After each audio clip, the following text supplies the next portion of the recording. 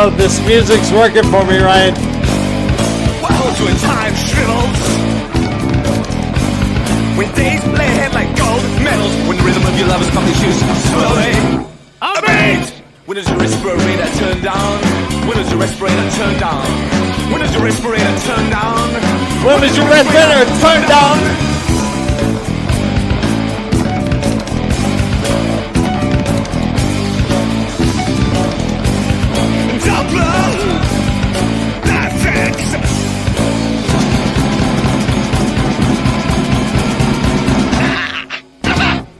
Respirator, when does it turn down? Your respirator, when was it turned on?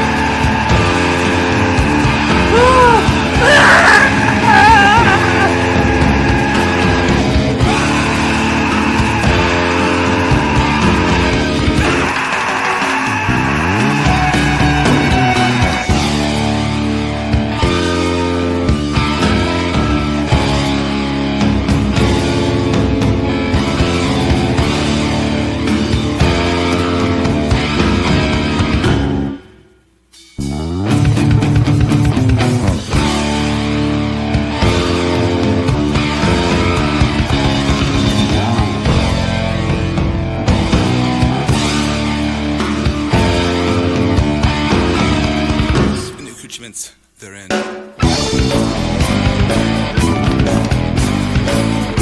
Ryan, your bass sounds so milky and clean and crunchy.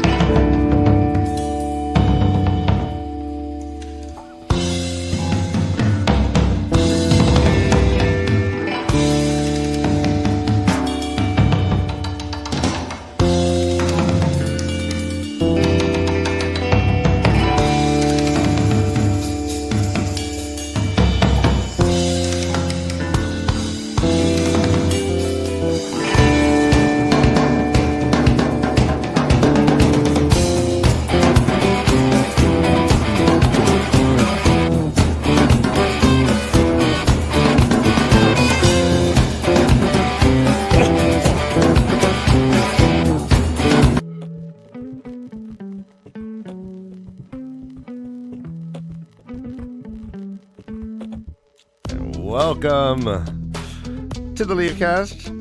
We're a first-time reader show based on the epic fantasy series Wheel of Time by Robert Jordan. My name is Brian, and joining me as always is my brother Dan. Hello! I don't know why I'm doing this voice. It's getting more and more obnoxious every show.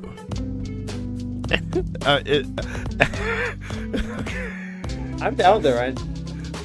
Who's that guy who's like, oh yeah? No, who's that Asian guy who's got the deep voice? George Takei? Yeah. Yeah, this is my George. And I lost it. Damn it. George Takei is awesome. It's okay to be Takei. Yeah. I love that guy. All right, everybody. Welcome. We are The Leafcast, brought to you by The Way the Leaf, and we are covering Towers of Midnight, Prologue to Chapter 2. That's right.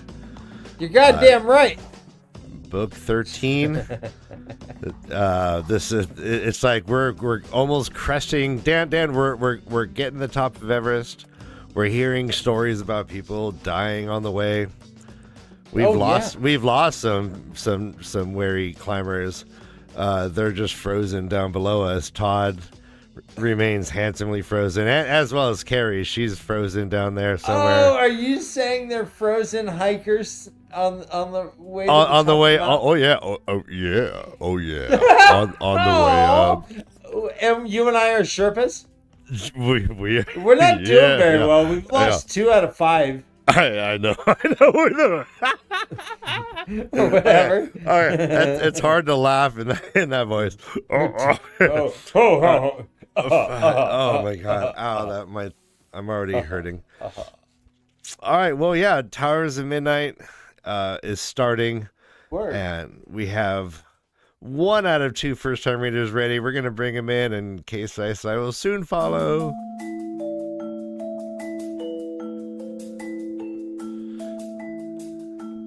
Our best intro ever.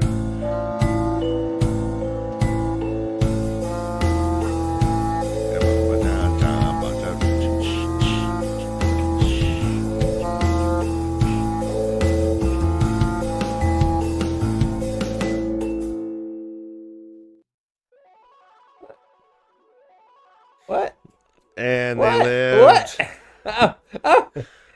What? Sorry. I mean, Yeah.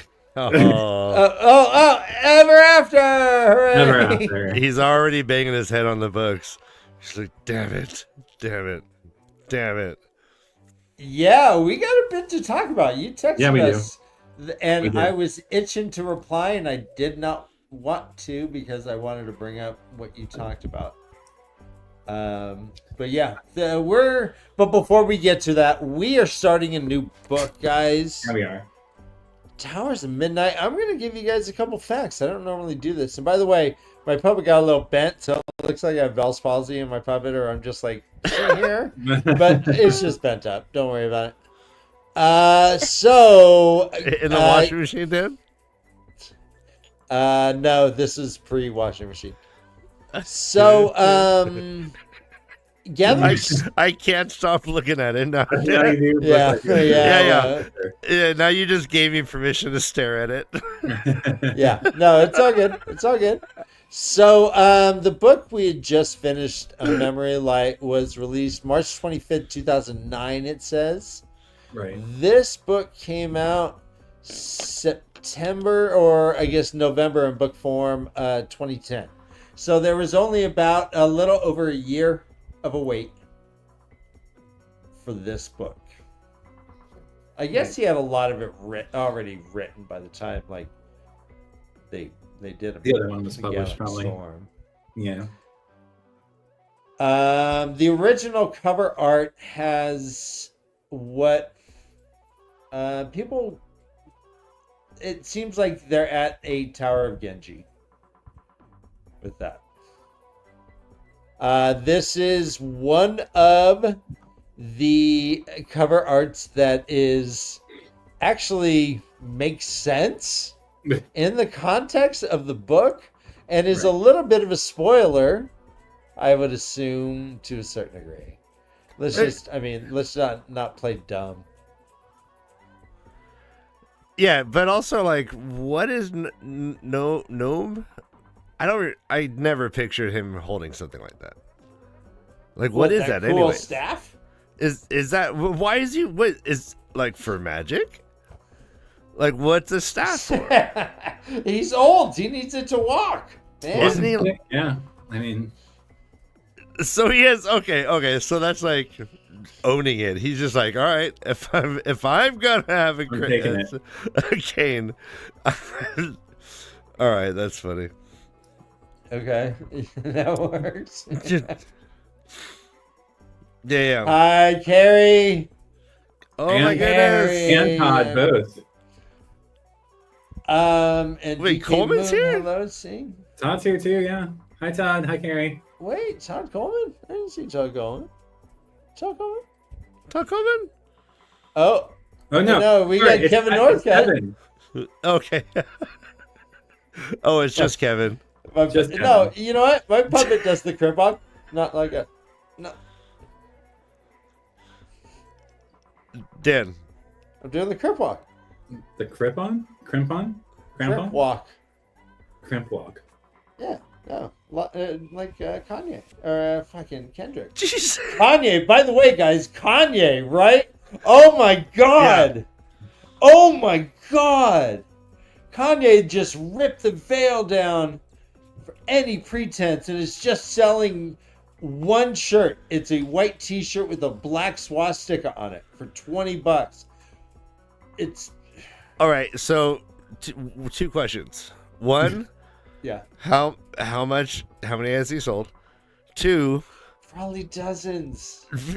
two Dozens. dozens. Uh, what are the chances that Elon Musk is like featured on his next album, doing like a guest cameo? I mean, hey, He just comes in. He's like, obviously. All right, no wait, all right. Obviously. Battle rap. Elon Musk, Jeff Bezos, Mark Zuckerberg. Who does the best? Oh, Zuckerberg, because he'll be like, oh, this is the thing I learned in 1 year is to battle rap. Yeah, no, he would study. He's like, He would study, right? Yeah. And he would doesn't. do the- He's not a natural stutterer. He'll just be like, he'll have like one of those slow raps where he learns to like halftime every beat. Yeah. Would he say north, south, east, or the west? A lot. Okay. Okay. Yeah. What's that? East, west, north, Meta's the south. plat that I like best. I put my penis in your mother's mouth. Speaking of putting penises in, I've often wanted Go to- on. Oh yeah. Yeah, that's right. Fuck Josh's earlobes. Just like they're so You big may right not, now. Ryan. They used to be smaller, but now it's like, oh, look at that. You may Like- not, sir. Dan, we could both take him. Who? Take what? Like in a sexual way with consent? His All ears. right, I'm down. His ears. Oh, Do it. at one time Yeah. You get one ear, I get the other. Yeah. we could do like what the unstable perfect. sawhorse. Was it the crooked H? Is it called Crooked the wobbly H? Nice.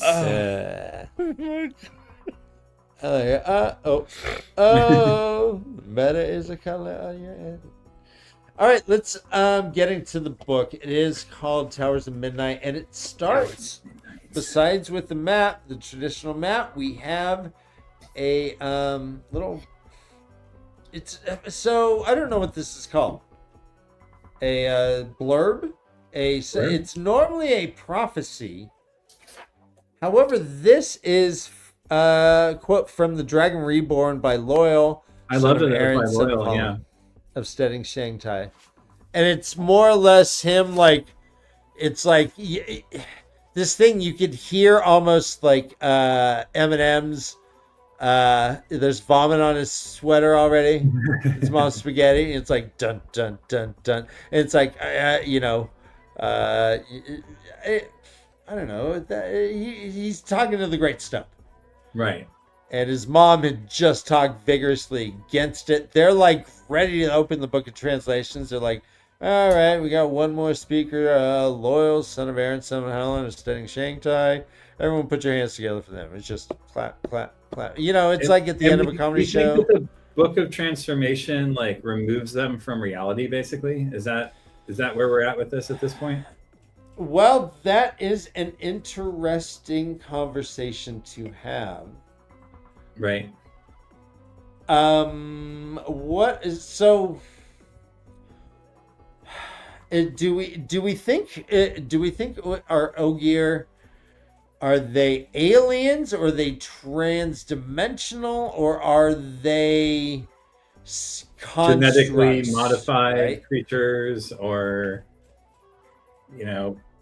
bred from some kind of stock of earthly creatures with other things. I don't know. Well, Is we have the Green Man. Is it possible that the Book Yeah. of Translations is just like The some weird, just like some Book of Mormon shit that like they'll open it up and it'll be like, huh? I thought he implied I that thought it meant something that was they were gonna like happen. move.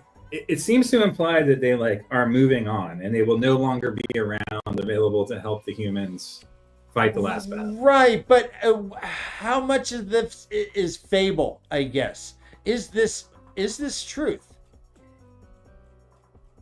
I guess as we know it right now, it is. The Ogier believe it, but Yeah. could they be wrong? Could this book of translation actually just translate stuff and not move them around, and they just like learn shit wrong? I don't know. I guess it's possible. I don't know. Like it But- puts them behind the wall at with the other continent or whatever that we don't see behind. What's the name of that place? Shara. Yeah.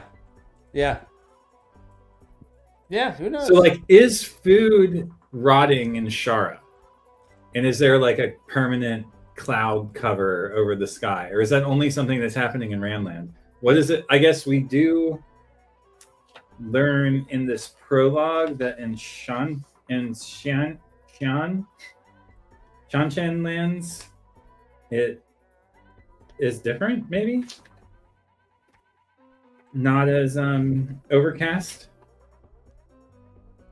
oh, It seems is like that- most of the death comes from the failed revolution after the murder of the Empress, Mhm. and not because of the Great Lord's tampering. It is warm there. It says like that of a deep sweltering mire blasted with corpses. So it is warm, even though it blows from the north.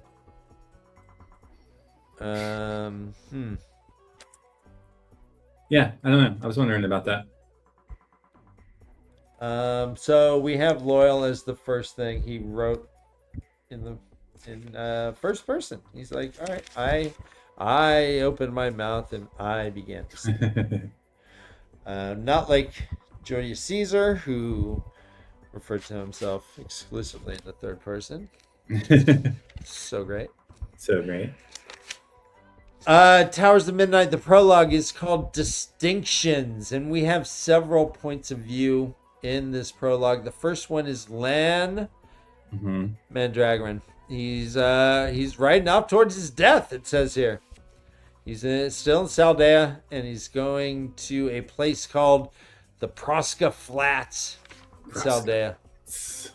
As he's going, he sees a figure walking around. He kind of just casually whips out his bow, just aims an arrow right at his face. And the guy's like, right on, Lord Mandragoran. Yeah. Oh, quick as ever. Hey! Nice job there, buddy. He's No I creeps found it up like, on you. I assumed you were traveling the Kinnear Road. He's like, do I know you? He's like, well, yeah. Kind of. I kind of met you a long time ago.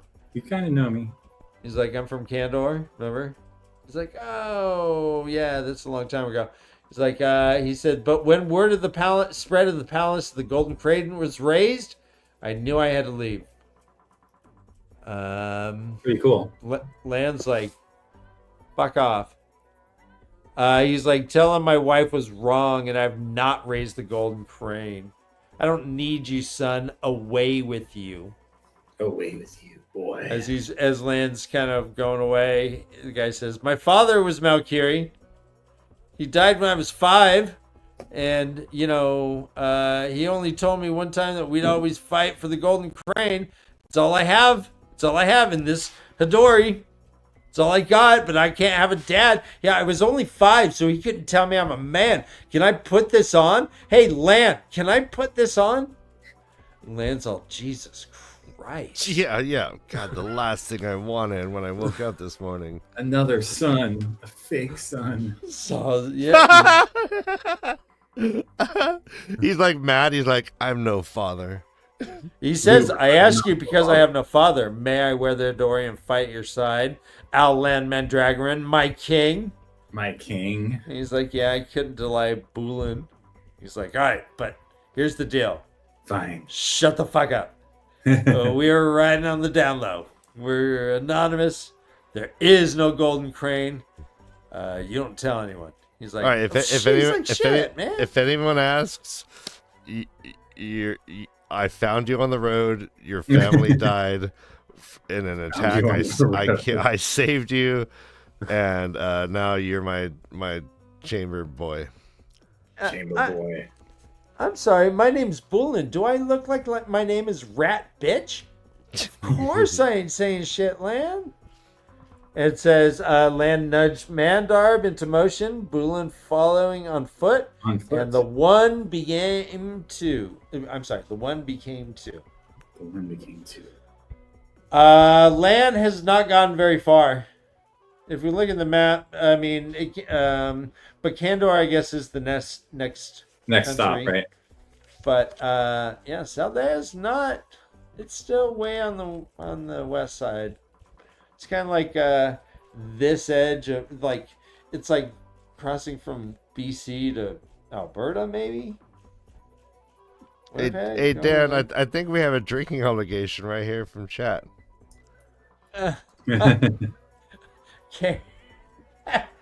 Carrie, well done. Yeah.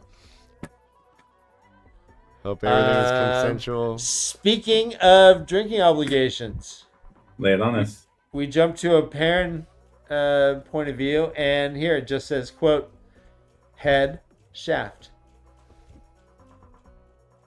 Nice. End head shaft. That's more like just anatomical. like you're just shaft. reading like an anatomy book. List the parts of the male genitals. The head and the shaft. Wasn't it Sylvester Stallone or someone who was getting a blowjob and had like a mic that was going through everyone's through the whole thing, like it was a speaker, and he was like, work the balls. Wait. What are we talking about? Tickle the balls, work the shaft. Tickle the balls, work the shaft. Yes, something like that. I think it was Sylvester Stallone getting a blowjob on set, and everyone could hear him saying like, tickle the balls, work the shaft.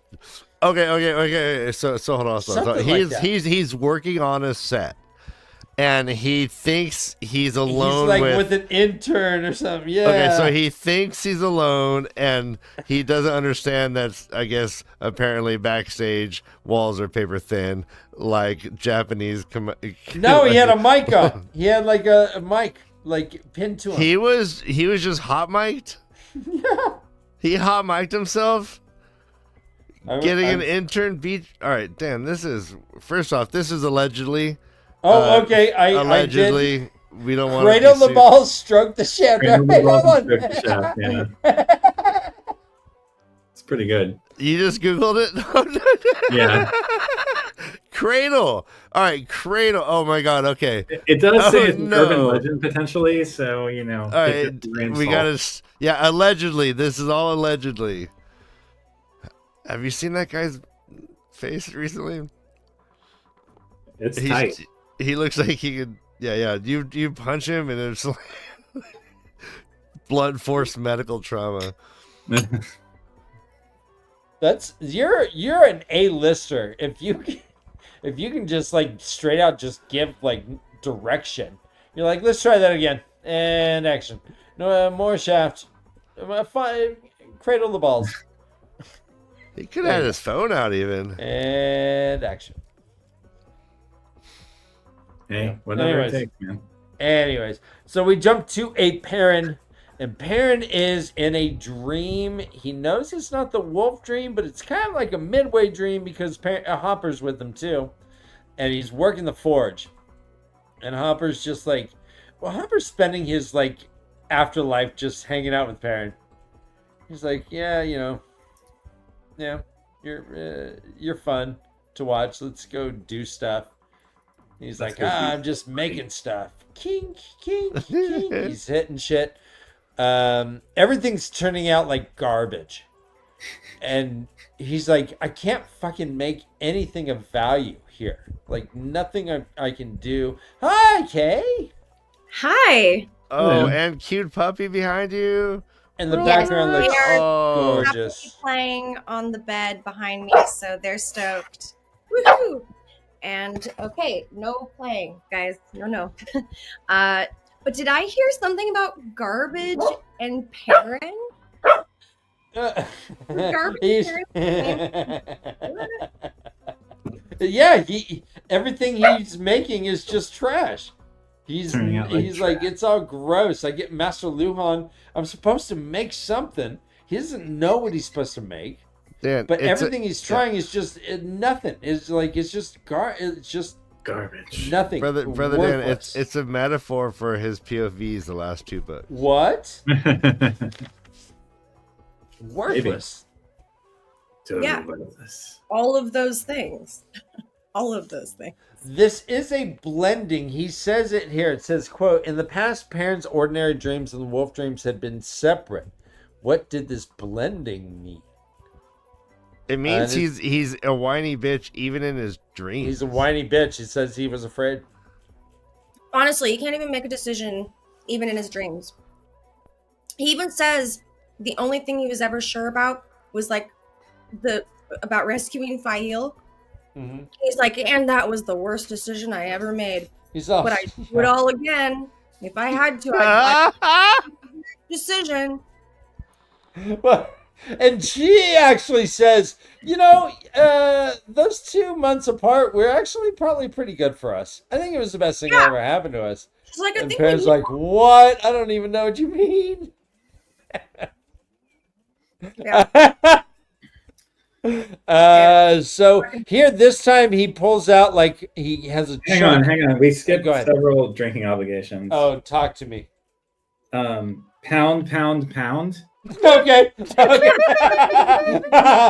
Right? Amazing. Let's see. There's one other one too. Perrin were enjoying the deep heat, the feel of sweat trailing down his arms. Oh, nice. And The deep heat. The deep heat. there was one more. Oh, he continued pounding. All right. Nice. Very good. Honestly, that whole part with Perrin was Very I sexual. found drinking obligations because it was so long and boring, and it was almost like in slow motion. He was Mhm. just like pounding and having a tantrum, and it was really stupid. Anyway, He I'm gonna be asked Hopper, is there any way to reverse what's happening to me? And Hopper's like, Right. what does that even mean? What He's would that like, even look like, bro? can I like just run away where the wolves can't find me?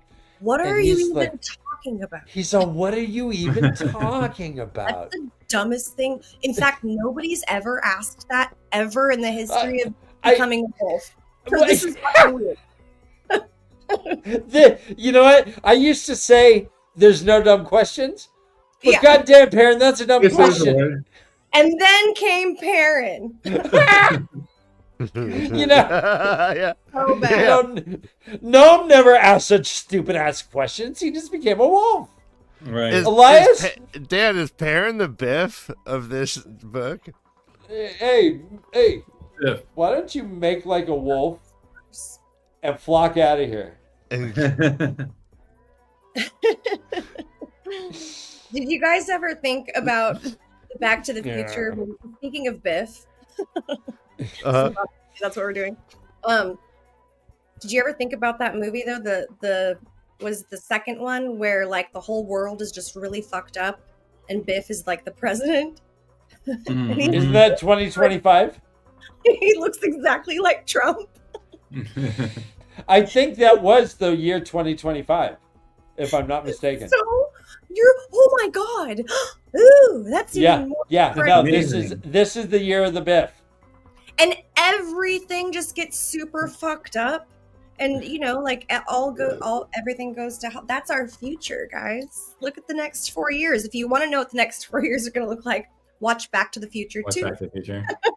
Yeah, really. Oh, Dude. yeah. Okay, I'm done. I don't know. That one was too political for me.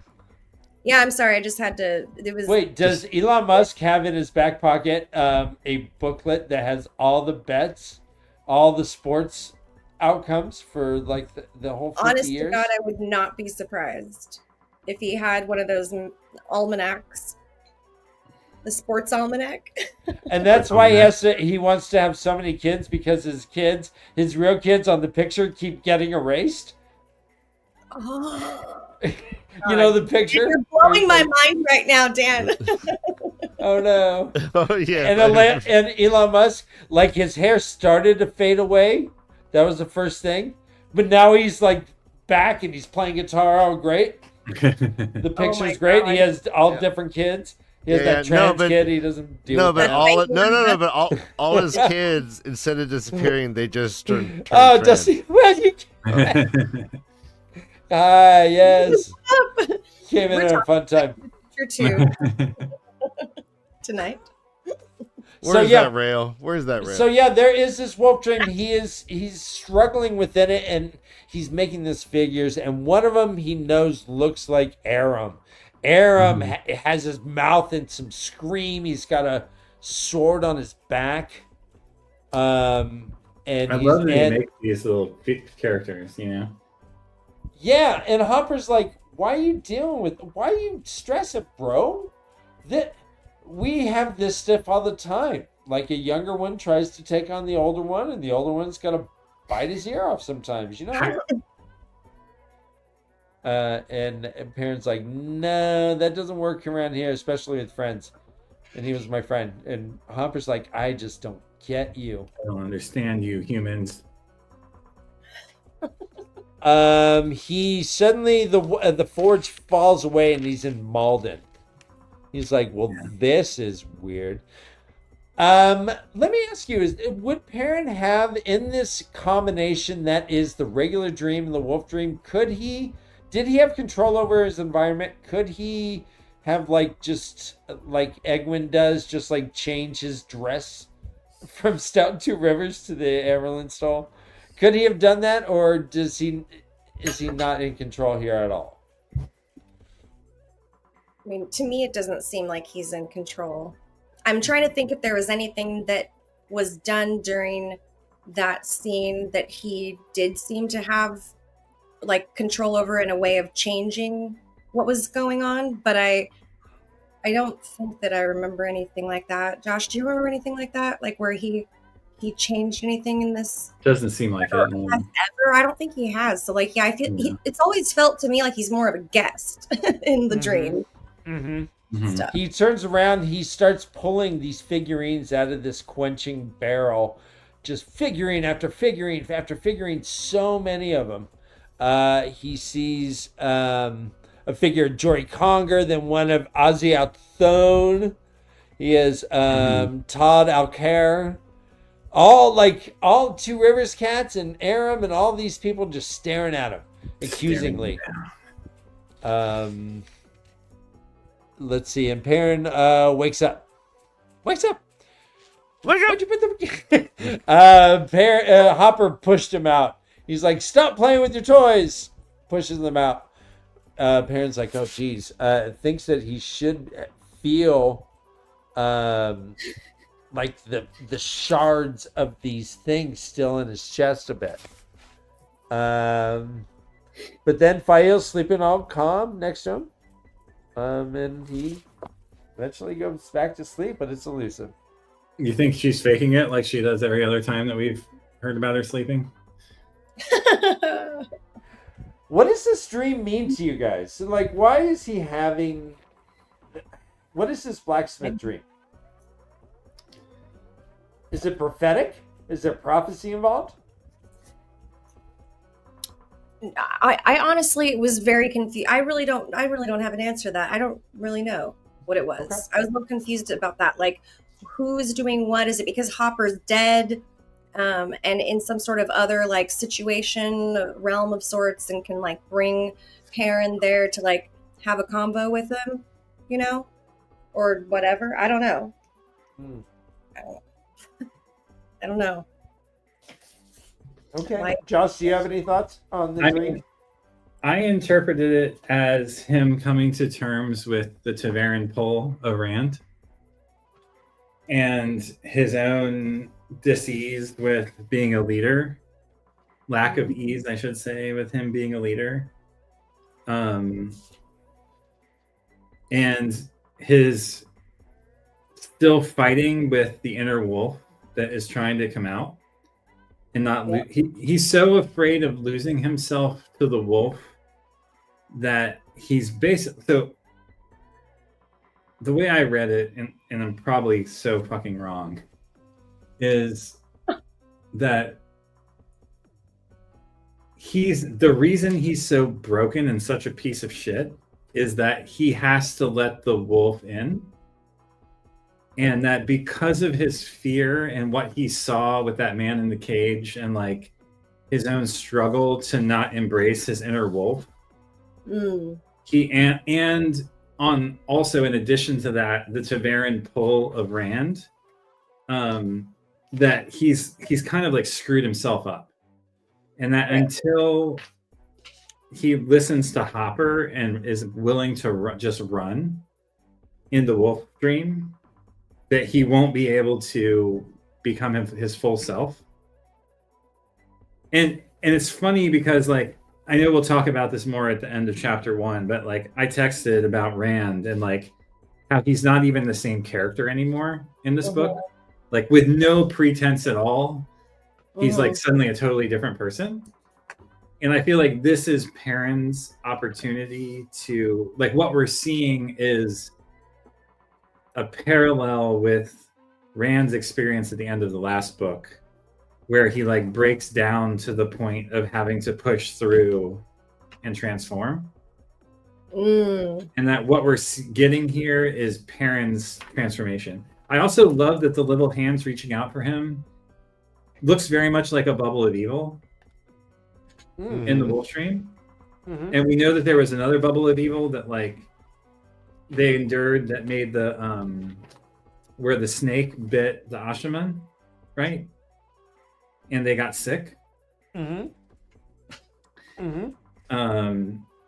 Hopper's always warning him about showing up there too physically, or what does he say? Too fully, or like you're too strongly. Oh yeah.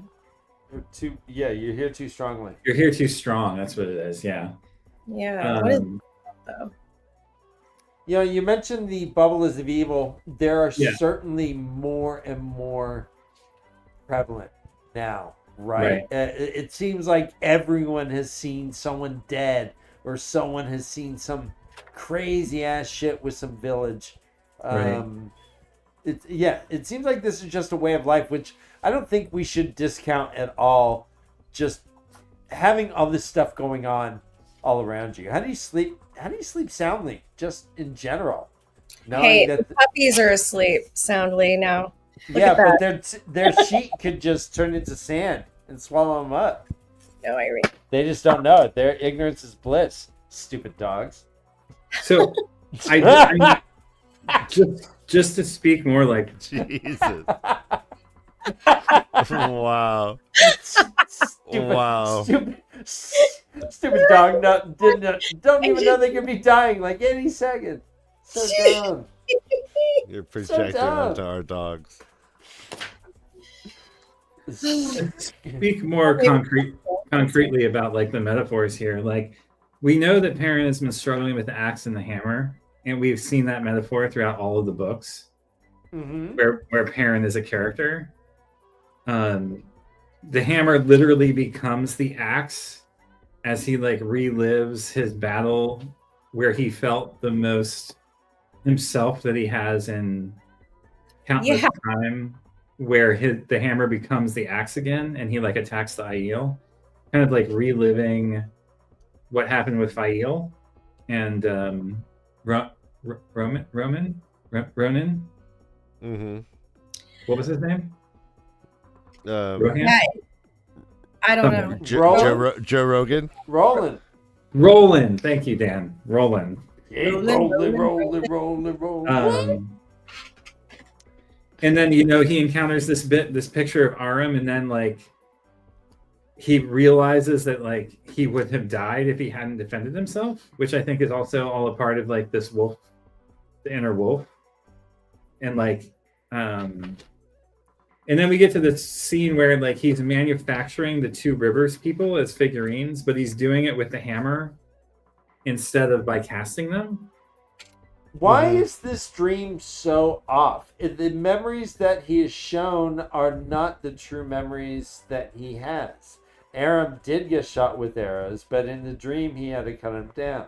Yeah. The other thing with the because with that's what he Shido, feels like he was did. using He feels his like- axe instead of the hammer. Yeah, He feels like by not taking Aram's sword away immediately, he even says it in this chapter, that he is responsible for killing him. Mm-hmm. So he's literally witnessing that in his dream. It's very literal, like in as far as dreams go. Like, I feel like right, but he kills Shido with the axe when he's like, I was using my hammer. This is wrong. I wasn't, and it describes how he used.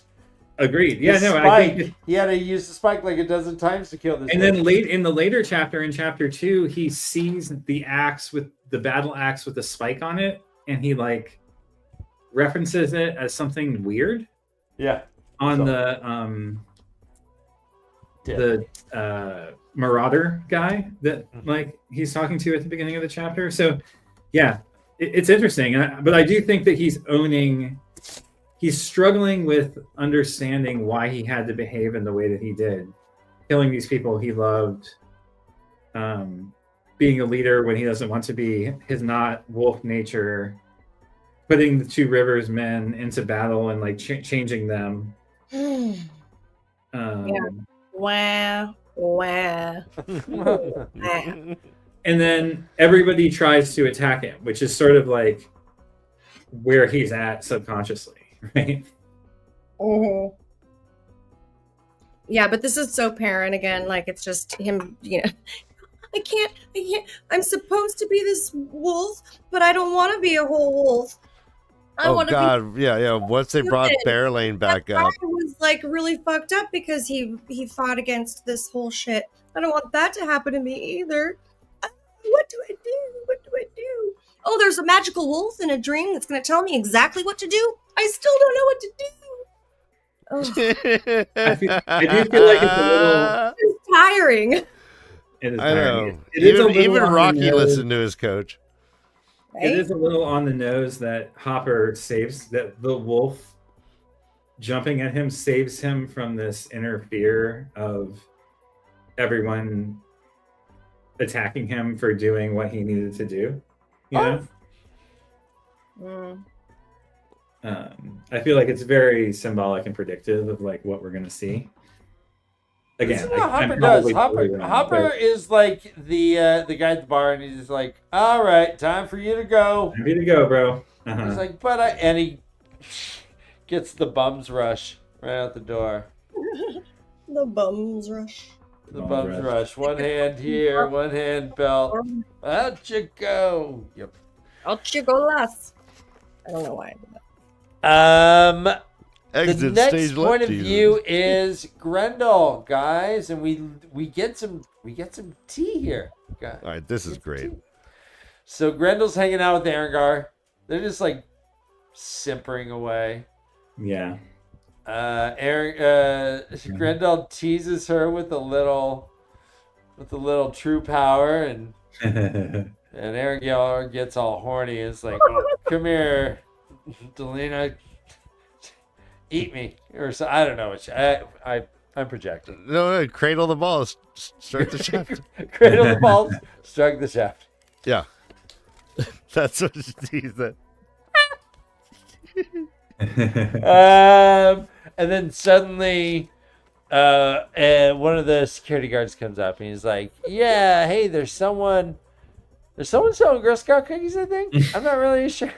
I'm not really sure what they come. His name. Did we know his name was Pico? Picor. Totally. Picor Ramshalan. Cool.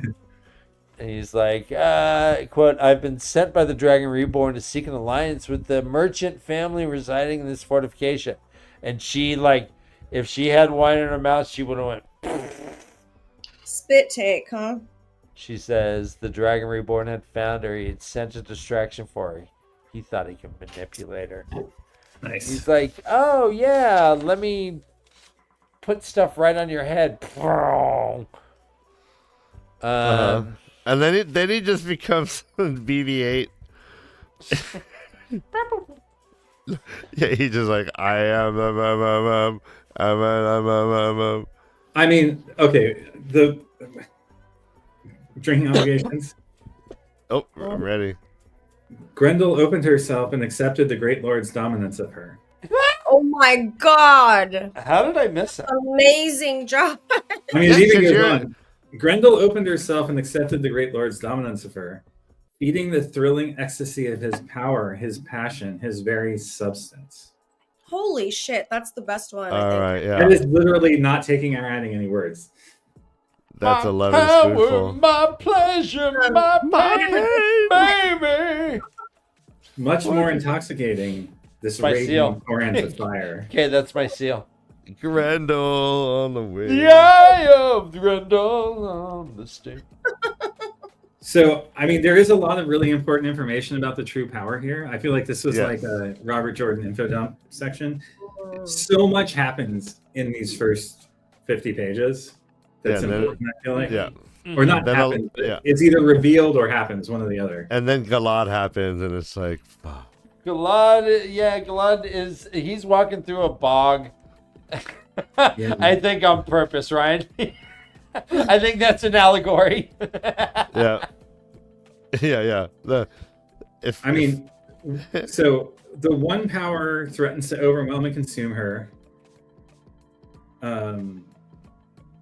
despite being filled with the true power. Working with the true power is similar yet not identical to working with the one power. A weave in the true power would often function in a slightly different way or have an unanticipated side effect. And there were some weaves that could only be crafted by the true power. The Great Lord's essence forced the pattern, straining it and leaving it scarred. Even something the Creator had designed to be eternal could be unraveled using the Dark One's energies. Yeah. It bespoke an eternal truth, something as close to being sacred as Grendel was willing to accept. But whatever the Creator could build, the Dark One could destroy. Whatever the Creator could build, the Dark One could destroy. Yeah, and the Great Lord's essence forced the pattern, straining it, leaving it scarred. Yeah. What? So It sounds sort of like reverse balefire. in a Okay, sense. go on. So rather than eradicating something from the pattern, it's enforcing the pattern to follow a particular path that isn't part of the wheel's normal thing, right? Like, if they had this ability, why have they not fucked with Rand way more? You know? Right. I don't know. It feels a little, forgive me, cheap. That 2 books from the end, we get this whole other magic system that kind of like Moiraine towering, stepping over the building in book 1. Okay, yeah. Like, Well, this kind of touches on that level of like, Well, let me Lazy remind you thing. that this has been talked about before. I know that True It Power's been just around for a wasn't while. Used right. Could it be that with the Wait, with Wait, the bubbles are of we- evil? With yes. are we sure it wasn't used? Wait, the what? True Power. Yeah. We don't know. No. I mean, No, we what- know that it's been used various times by Right. Moradin and others. Not that we've necessarily witnessed it directly, other than Rand. potentially. We have seen it used where it more than We have, but yeah, not that often. correct. But could it be that this thing that they're like, oh, we're starting to get this little gift? Could it be that it's because shit's just going crazy and things are The breaking pattern's down? unraveled far enough that this is now possible. and it's more accessible. Yeah, as he comes out of the taint, or out of the rift, like and his power starts to fill the world, the access to this becomes easier. Yeah, I mean, I'm still disappointed. Like we haven't seen inside Shao Ghul. It's like reading the Lord of the Rings, but you've never gone to Mordor. But like way longer than the Lord of the Rings. Yeah. Right. Right. And it's a and little it is weird. a place. Like, it's but on the we map. did go there once. We've been there 3 times maybe up to this point in the series, but we haven't really seen or heard a lot about it. We've only seen Yeah. that one office building that has that horrible Office hallway. building That gets smaller. and Rand going to the pit, and the Forsaken Mogideon walking through the tunnel with the scary ass Murdral Shadowharan. right, Shadowharan, and like the cavern like biting down on her with these like fangs of stalagmites. Yeah. That's the office space. Didn't we see The hallway. Didn't we see like them making Forging Thrakandar? souls into swords, Ryan. Remember they had like the family and they were like grabbing them Forging souls Souls into swords. into swords. Yes. Yes, and we already mentioned that. Yeah, so that was the factory next door, Ryan. Yeah. So I mean, all right. I mean, without being, that's such a poetic way of saying just brutally murdering families. right. Was the whole thing to just make like it- a concentration camp style thing? That it was all one compound within Shao Ghul? We don't know. No. Yeah. All right, so this is the next important bit about the TP. The TV. She wouldn't have felt the goosebumps on her arms to indicate Grendel was channeling. The true power gave no hint, no sign. Male or female, no one could see or sense the weaves, not unless he or she had been granted the privilege of channeling the true power. So it says, Mhm. quote, Grendel lifted the ribbon of air up to Arengar's cheek and caressed it delicately. It Mhm. doesn't say the cheek on her face. Nice. That she Just was saying. Just came on her saying. face. No, it wasn't it doesn't say it was the cheek on her face. Oh, that's true. That is true. It could have been her butt cheek. So that's why Arengar gets all unbothered. She's like, oh, Jesus. I'm guessing it was, Dan. You are so good. Butt cheek. Good eye. I do have a Taishar that we missed really Yay. fast. It was, hold on, where is it? So little known fact, in the notes, Dan, Harriet did write, please put the butt back in, and then he wrote back, conscientious objector. And yeah, and the first book was so successful, they're just like, fine, I'll let him. They're like, Jesus. Like, yeah, he flopped the Mormon out on the feather of table. air on the butt cheek always gets me going.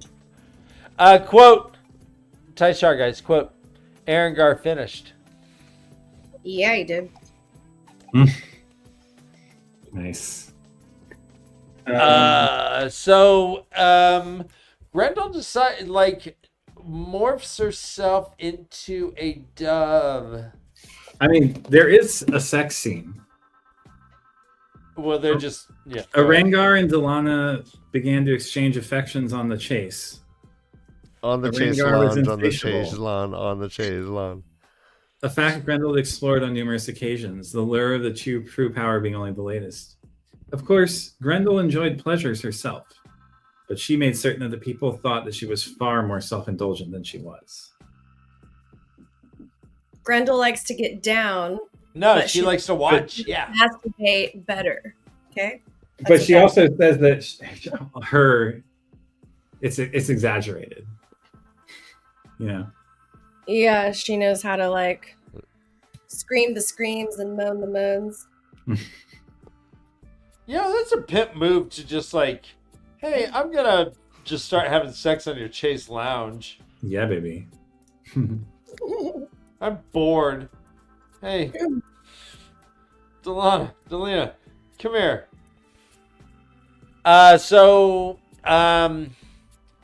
Peeker. Peeker.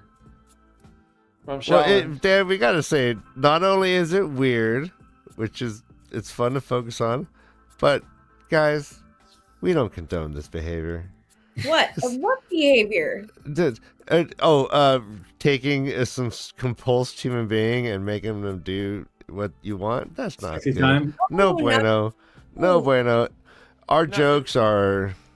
We're Yeah, punching. we should probably. Yeah, Ryan, We're- you're right. We're punching up. No, we're punching up. Fuck The that more guy. you know. Okay, but we also don't kink shame, so to each his own, as long as there's two consenting individuals. But we're assuming compulsion. Under compulsion, you're not consenting. You know, Kay, actually, I had a hose that 3 times in one day, like, would just knot up and make it so the water couldn't go through my hose.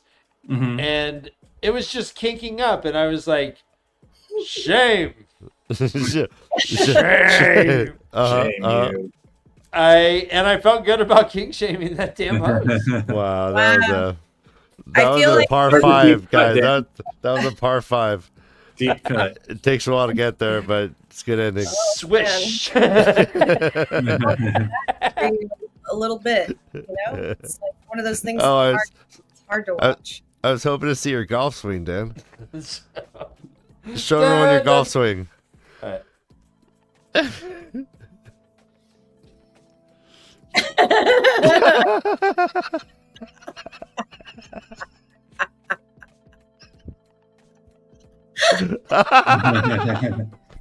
It's so good. Thank you. Yeah. Da, da, da, da, You've never tried to put your fist up a puppet before? You don't know how hard that is to do. That's so hard. That's Yeah. so very hard. So very. So. Oh yeah, baby, so hard. Are you putting? Sorry, YouTube. Oh. So good. That was my second shot. Yes, but the Right, now I'll putt. look on the puppet's face and the like, just dumbfound It's okay. joy. No, okay, he's putting now. He put it-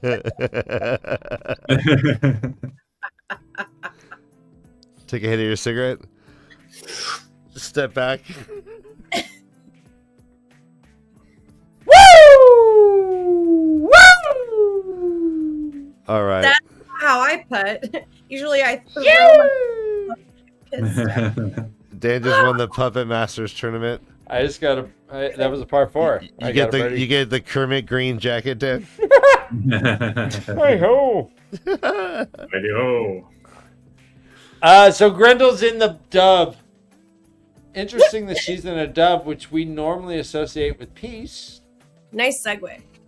It is, yeah. She's flying. She's watching Ram Shaolin go back to the thing. She sees Nynaeve grab her head, and she's like, "Yeah, he's totally compulsed." She sees Rand walk up, and she sees in his hand that access key, and she's like, "Oh shit!"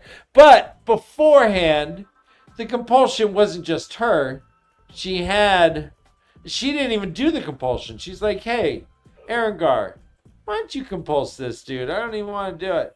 Erengar does it, and he's like, "Yeah, why don't you have your Aes Sedai person come do it too? We're all gonna compulse." She's like, "Oh, add a little something to it. Yeah. A You little guys make a extra soup. cumin, more cinnamon."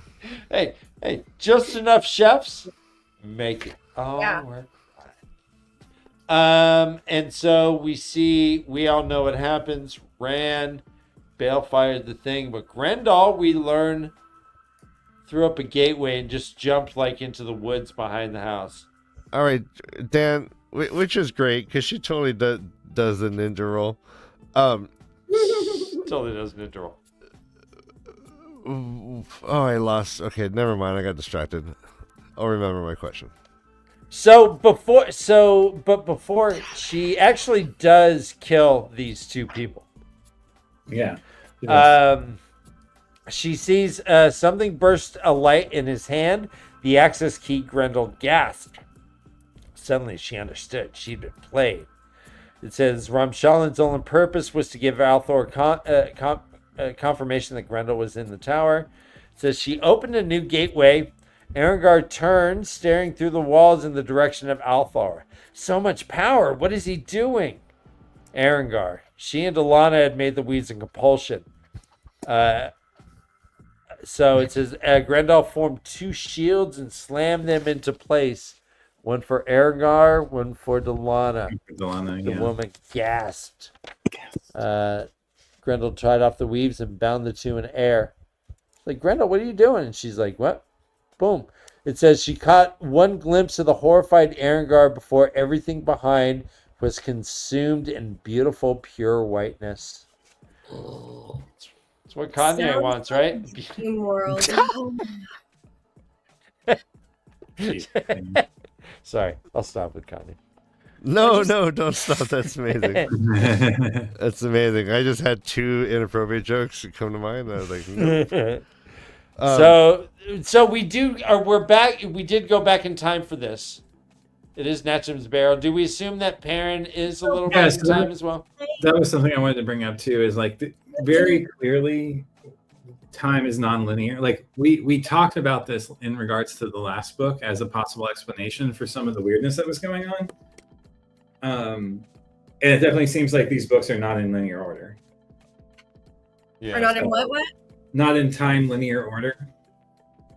They aren't happening chronologically, the chapters. No, I know. Like, right. Okay, so sorry, continue with your thought. I'll say something. That's all I have to say. Yeah, Rand had destroyed Natcham's Barrow like a good 10 chapters before the end of the book. Right. So I had a lot of thoughts about like the whole process of thank you. I'm just getting another drink. All right, Josh. Hey, grab me one. Yeah, I'll take one. If you come to Discord, you can take a gaze at our puppies. Anyways, so I was that's thinking, a euphemism. Yeah. Hey, take a look at them puppies. Yeah, but look at this mouth. Beds behind me, and they're very look at. Oh, they're on the bed. Ooh. Oh, hey, Discord. Where do I find it? Let Kay finish, Ryan. You're rude. I forget. So. You're rude, see? I love you, Dan. So the thing that I was gonna say, the author here, okay, the thing was about the way that this all came to fruition about like, you know, him writing the rest of the story anyways. And like he didn't meet with Sanderson didn't meet with Robert Jordan before he died, so he had to then like take his, like Harriet contacted him and then he took his notes and then had to like dissect that and then go forward with it, and it's just an extraordinary thing to do. So let's get into that. I'd like that. So do you think that Grendel living was part of Robert Jordan's notes? Yeah, no, these are the things that are going to plague me. I hear you. Okay. I feel like this is going to be my thing going forward, is being kind of obsessed with, was this supposed to be the story, or was that, or was, or what was Robert Jordan's, what the fuck? Because it feels really shifty right off the bat. Josh was speaking to that a lot in the way that like, Rand seems like a totally different person. Magic is changing. It seems. And it's all really changing, and it does feel abrupt. Some of these things feel really abrupt. Some of them feel really satisfying because it's like, yes, thank you. I needed something to happen with that, and now it has, and hurrah. But then also it's very frustrating in a lot of ways because I just want to know, like, whose story is it? And yeah. Mm-hmm. So we have have Rand thinks that Grendel is dead. We have Arengar dead. He didn't even know Arengar was around, I don't think. Right. But I remember a question. Forsaken. Go ahead. All right. everyone. But you, Okay. you last. Is this Dan. our first poll? It might be. It might be. If Erengard gets brought back by the Dark One, Yeah.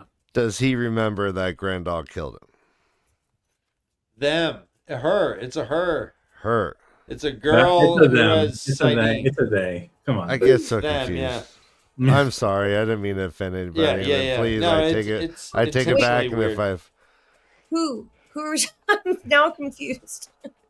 Erengar was a female who was resurrected from a male forsaken soul, so she was able to channel Sidene. Okay, Erengard. That's why she was in the Rhonda, White Tower. She was fucking shit up in the White Tower until they Egwene started doing the whole oath rod swearing in stuff, and she bolted. She was going by the name Halima. She was giving Egwene Oh, wasn't it- massages. And Oh. giving her headaches. Halima, yeah. Wasn't Arangar Aganor originally? I always forget. Yeah, I think so. And there's Osangard and Arangard. And So one Osangar for was- seconds down, but we have Grendel still around. But Rand essentially balefired them, right? So they should be gone from the pattern entirely. They're gone from the pattern. Everything's gone from the pattern. I but mean- Grendel is not, Right. He and assumes Rand so, thinks but she Grendel is. Yeah. So what repercussions what do you think that this is going to do with Rand? We see Rand is kind of leveled up. Okay, it's the other way around. That makes sense because he didn't want the A and the A to map onto one another. Because that would be helpful Yeah. Why would and you? easy to remember. Yeah. Why would you? Something It's like Irish post office boxes. They're all just random. Irish post office. No, boxes? honestly, they're all random. Okay, well now we have both answers. We got Luz Jr. laying it on one hand, and Balthamel became Arangar. Okay. I love the thought of just someone scrolling through YouTube and falling on this and like we're just all And we're just like, balls on your mom! Aragorn, Balls on your Balthamon, Grendel. Yeah. Just Right now, I kind of just want some ice cream with some bananas and Balthamol topping. okay. Oh, this one else. Osangard had ovaries. Ovaries. Okay. All right. Very good. That's great. All right. Let's jump Thanks, to Galad. Oh wait, hang on one second. All right. You gotta Only mention the Galad. veil screen. The what? Oh, right. Okay. Yes. So veil- read it. A wave of wrongness washed over her, warping the air and the pattern itself rippling. A bale scream, it was called. A moment when creation itself howled in panic. Or howled in pain, I'm sorry. Howled in pain. Yeah. Could have been panic. Yeah. She breathed in and out, trembling. Oh, I thought you were. Sure. That's a good one. Tai Char for sure. Yeah. So we see the destruction of Natcham's barrel from another point of view. Yeah. Wait, we never answered my question. What Yeah, is I it? was. Hey, I think there's something that we didn't finish. Weren't we in the Thank middle you. of Thank you. right? Yeah. So Osangard, the question? if Or would Osen- Osengar remember that Rand killed them? no, that Grendel killed him because Grendel slapped the Damn. air, Oh, trapped him. I If- think so. Yeah. If what? If Osengar came back Like, from. okay, here, let me rephrase it for you, okay? Because Ryan's asking a question that's appropriate to now, but it's harder to understand because of that. So, Thank you. if when Lanfear was reincarnated as her current persona, did she remember how she died and and if she remembers how she died, would she have remembered who killed her if someone did? Would she have remembered who killed her if she was reincarnated? Well, Well, we know Liz- she is reincarnated. like So does Lucifer? she remember that Rand or that she got pushed through What? the gateway? Sorry, what? Say that again. Does she remember that she got pushed through the gateway or through the redstone doorway? If that's what killed her. I don't know. Well, that's what Ryan's asking, but Oh, not about Lanfear. He's Yeah, asking more or about less. Aranda. right. Well, but okay, but like Luz Theron remembers everything. Mm-hmm. Mhm. I would assume. I think the answer is yes. So that would lead me to think that yeah. I Seems there's only one person. Wait, who was Oh it? no! Wait! He got bail fired. He won't What? remember shit. Yeah. He got bail fired. He won't remember shit. Right. Yeah. Never mind. So she's cleared. Like Rand just like gave him like presidential immunity. Gave her presidential immunity. She's like, yep, got away with that. I'm confused. I am too. Okay. Anyways, All right. Ryan's backpedaling on his question, which is why I asked about Lanfear and not. No, I ain't. All right, right. So if I could, Ryan, You can. I don't think that I think that I think there's only one person that maybe remembered or no, didn't remember their shit, their past lives, and wasn't that because they were forsaken? Are you talking about Bridget? Yes. Yeah. She's slowly forgetting her past lives for Hero sure. of the Horn. Yeah. Oh no, I thought she just didn't. Wait, what? No, then it's not a raise. She's like slowly forgetting him. Maybe the there's only- someone else we don't. Yeah, We're not. that's a special thing. Yeah, That's not let's what I'm move talking on. Let's move on. But anyways, All right, wait, Dave. Before we move on, the people have spoken. Bella.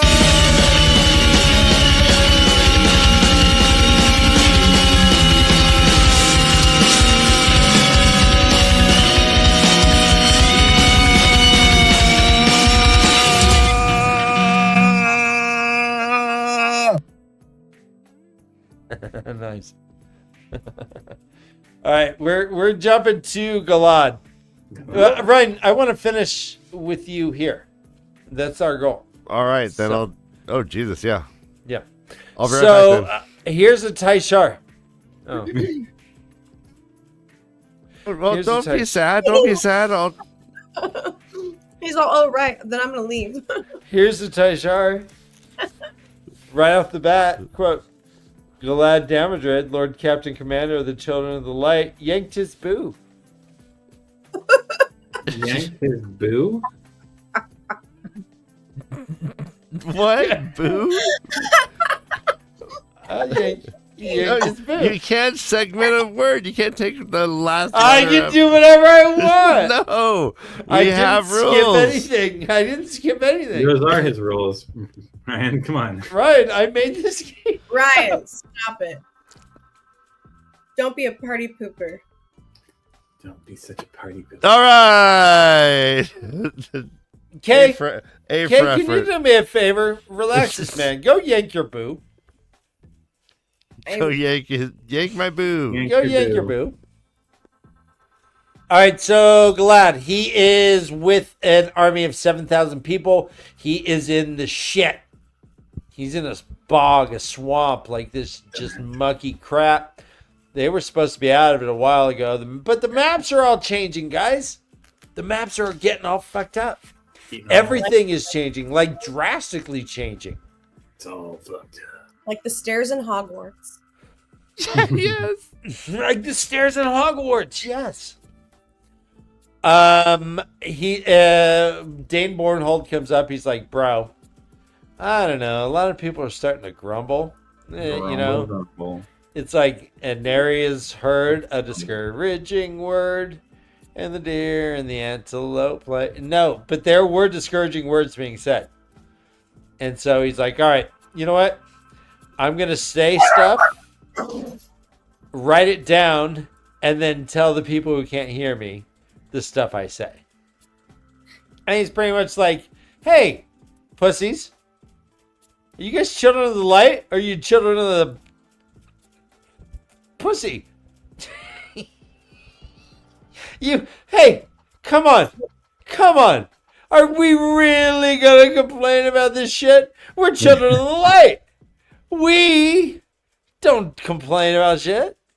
We just do it. And we are happy. We're honored. We're proud to be children of the light. And everyone's like, okay, thanks. and I think all the people who wrote it down, I hope they gave. I think they were like, there was a speech from behind. It said, "We are the children of the light. These are the darkest days of men. But we are that beacon." But we're here to And I don't know. I didn't. He was talking fast. I couldn't. Sorry. No. But he did say, "Where's the victory of this swamp?" Guys, does that make sense to you? No. Okay. Yeah.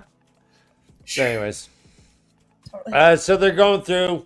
The scouts say, "Hey, bro, just one more hour, and we're out." He's like, "Yeah, right on." But they cross some river. I don't know why it's such a page and a half of this fucking river. Come out tonight. Come out tonight. Sorry. There are all these songs. So I'm not the only one who got stuck for 2 days on wanting to gouge my eye out about reading Galad. I told my wife, I'm like, she's like, "Oh, you still reading?" I'm like, "Yeah, but I'm really struggling with Glad right now." Yeah. Oh, well, he's boring. He's boring as fuck. They This was decide. Oh, go Probably ahead. not the best start to like the book. I was just because it was slow. I mean, they're always. I mean, mostly books are kind of slow to start, and it's hard to do just a few chapters in the very beginning because that's like the worst part. You're just prepping for everything. This was rough for me because there was a lot of pairing, and Yeah. it just was kind of slow. But you know, like I know that I have confidence that it's all gonna go quickly because it is pretty cool the way that we saw the last book kind of like give us a lot of answers I like that too, yeah. we've been like wondering about, you know, and Yeah. wanted to like sink our teeth into an answer just one way or the other. Anyway, so it's been good. I like it. It'll get better too. Well, what do you think about Galad here? It's boring. And besides the boringness of it, let's look at like his actions and like the Children of the Light in general. Like, did he get some sympathy from you in these 2 chapters that we talked with him? They're zealots, but they're not. They're convinced that they are right, and they use that when it's like, oh yeah, if I did a duel, would I have? Honestly, the only redeeming quality, like for me, with him is that this is the one that's in love with Egwene, right? No, that's Gawain. The other one? Oh, never mind. I'm on the wrong brother. Yeah, Gawain is with Gareth Bryn. He left his group that were like the Warder kids, called the Younglings. Right, the younglings. Fuck, that's right. So Galad is like the Lord Captain Commander because he stabbed Eamon Valda because Valda was raping his mom. Mm. And he still thinks that Rand killed Morgase. No one knows that Morgase is still alive. Well, Rand doesn't know. Tam Althor does in the future from where we are. Right, Tam Althor knows and told Rand, and Rand's Oh, like, wait, what? She's alive? Yeah, because now we've gone back in time because then we get Balefire from a different POV, right? Mm-hmm. Okay. So here, I mean, here's the thing. There's some really great lines in this chapter, in this part of the chapter. Okay, talk to me. Here and there, the sickly grays and greens were relieved by a bright burst of tiny pink or violet flowers clustering around the trickling streams. Their sudden color was unexpected, as if someone had sprinkled drops of paint on the ground. It was strange to find beauty in this place. Could he find the light in his own situation as well? I mean, that is a really great metaphor. That here he is, like in this desperate situation, having made decisions that he so totally regrets, but also like decisions that he believes in wholeheartedly. And the environment is crap. The environment It's is crap. muggy. He's sweating in his armor. He lives in Everything is Florida. dead. They're in Florida, basically. Yeah. Um, any given Sunday in Florida. any given What is sweltering- Florida like referenced as? Is like a body part? Is it like the chode of the U.S. or something? The chode. underarm? I believe underarm technically, but yeah, chode would be fine too. Armpit? Armpit, yeah, I feel like something else was the armpit. yeah. Detroit, Fresno. What? Detroit Fresno is the armpit of California. Fresno, or yeah, What's the? Yeah, no, I. Okay, anyways. Detroit is the pubes that used to be all 70s and out of control. Now is like total beautiful, still just growing out. manicured, waxed. Kitties. Detroit is Kitties. waxed pubes. Who has? So I the love how children. Glad does go all millennial here. But Talk this to me. swamp. Sorry, No, what did he say? but this swamp. But this. But the swamp. But this swamp. So there, he says here, finally free of this bog, and I can't help but think that maybe Sanderson was writing for himself. Yeah. It's like, oh Jesus, finally Thank free God. of the bog. But guess what? There's a bunch of children of the light, like waiting there, bunch of questioners, inquisitors, and Asanawa himself. Um, Dun dun dun. Barlin. Well, no, Bartlett. He's like, Gallad said, so you're Bartlett. You're a traitor. Bartlett. He's like, you're the traitor, child damaged. He's like, was yeah, I suppose. thinking how many times, like, if Brandon Sanderson had incorporated the Malden story more thoroughly into the book, which he probably would not have been allowed to do by Harriet and others, but this is one of those places where, like, there's several places in these chapters where it's like, oh, if they could have just leveraged, the fact that when you kill a horse and eat it, it reappears the next day inside of Malden. Yeah. Oh, in Banderstadt? Or what? Yeah, and in this section where they're like starving to Hinderstadt? death, yeah, it would have been cool too if there were like soldiers who like were undying, like we had talked about, where Yeah. they just get sent by the Ashaman to fight to the death every day. Can you imagine you just like are killing every cow and just eating it, and then every day all the cows every are day they back? just come back. So Yeah. you would get so fat. And then that led me to think, like, what happens at the end of the day in Malden? Are they all just puking up their food? Does the food disappear from their stomachs and they're like malnourished, or like? No, that's the question. Yeah, like if you eat somebody and then they come back, do they just disappear from your stomach? Exactly. Like, do you feel satiated the next day or not? You The cat's playing. Oh, cute Eating a kitty. physical person, but you're not eating the human essence of the person. What are we talking about? I feel confused. Two Hinderstadt. different things, but related. Hinderstadt. Wow. Okay, that. Oh, right, not Malden, Hinderstadt. Thank you, Dan. Yeah, that's right. So Asanawa comes down. He's like, "What's up, dark friend?" He's like, "Bitch, don't call me a dark friend." He's like, "You're all dark friends." He's like, "All 7,000, even ones that were like with you like 3 weeks ago, they were all dark friends." And he's like, "Well, no, you're the dark friend." He's like, "I was waiting here for you to surrender." And Galad's like, just yells to this guy. What's his name? Captain doesn't matter. Gulliver, tell me, do the children of the light surrender? He's like, we don't. He's like, well, you see, I'm at an impasse. I can accept neither option. You see, I am. To fight is to let you name me dark friend, but to surrender is to deny our oaths. Apparently, battle of the wits. Then to the death, I accept. Was a staring competition? We win. We win. I haven't blinked once, Ryan, this whole show. In 5 years. Galad says that he'll submit to Asanawa on certain terms, one being that no one is put to the question. And that's it. It's pretty much the only condition. He's like, hey, the Dragon Reborn walks the land.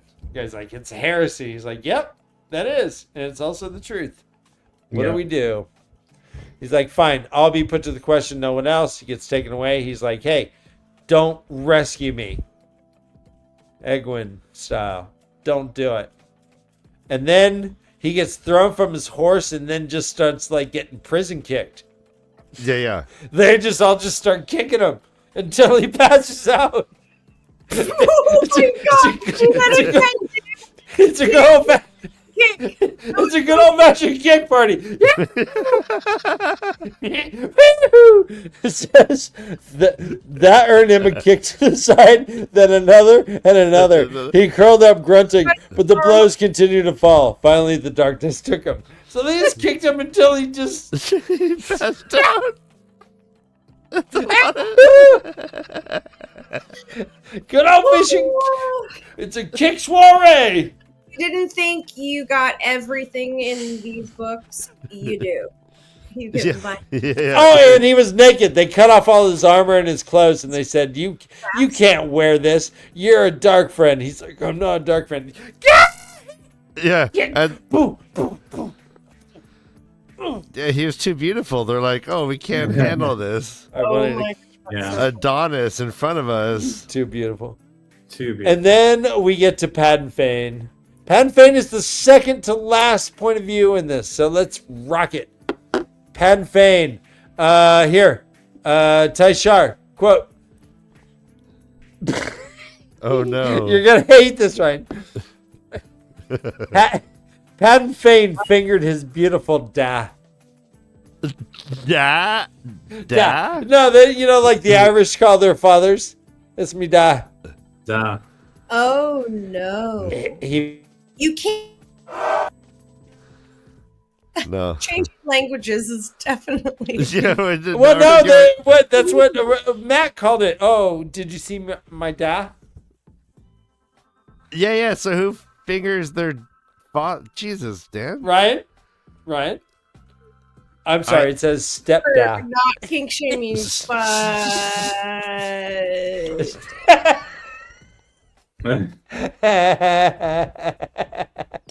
So he's walking through the blight. He killed a worm. Do you guys remember worms at all being mentioned? No. Worms, there was mention of worms early on when they were in the Eye of the World. In the blight, right? I think one started chasing Rand and Moraine the tequila. and then suddenly they just showed up in the Eye of the World and the worm was gone. It was just like Big nasty. but I think there was a worm there. It's a gigantic like sand beast, like a I dune feel like there are several. style. Yeah. But Padden Fane has no problem with it. There was a lumpy mass that used to be a worm. Yeah, the doctor I was gonna say gave you 3 months. A large purplish mass, Ryan. That's a Taishar. The Taishar? What? A large Ryan? yes, a You don't large refer to your junk as a large purplish mass that's a large lumpy mass. that he held? When I talk to my girlfriends poolside and a bunch of guys go on those, I'm like, look at those large lumpy masses. Yeah. So Purplish. okay. Purplish lumpy mass. Purplish. Okay, we're both laying out in the sun right now.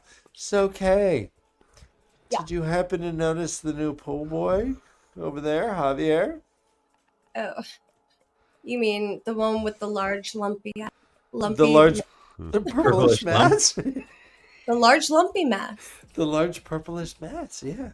The large, the one that's very bulgy. Look at he's holding his. I mean, I would get closer, but I like my face the way it is. Oh no! Someone's drowning. He just jumped in to save them, and the large purplish mass is not buoyant. He's sinking. Oh, Kay, we should do something. I don't think so. Look at that. It floats. It floats. It floats. Oh, suddenly. We don't need All to do right. anything because it floats. All right, Ensign. All right, Ensign. Pad and Feign. Let's talk about Pad and Feign. What is Pad and Feign? What is the Feign? That's an excellent question. What is he? Them? It? It starts off with creature that had once been Pad and Feign. It also says the creature that had been Mordeth. It says. So we understand that. Kramer just entered the building.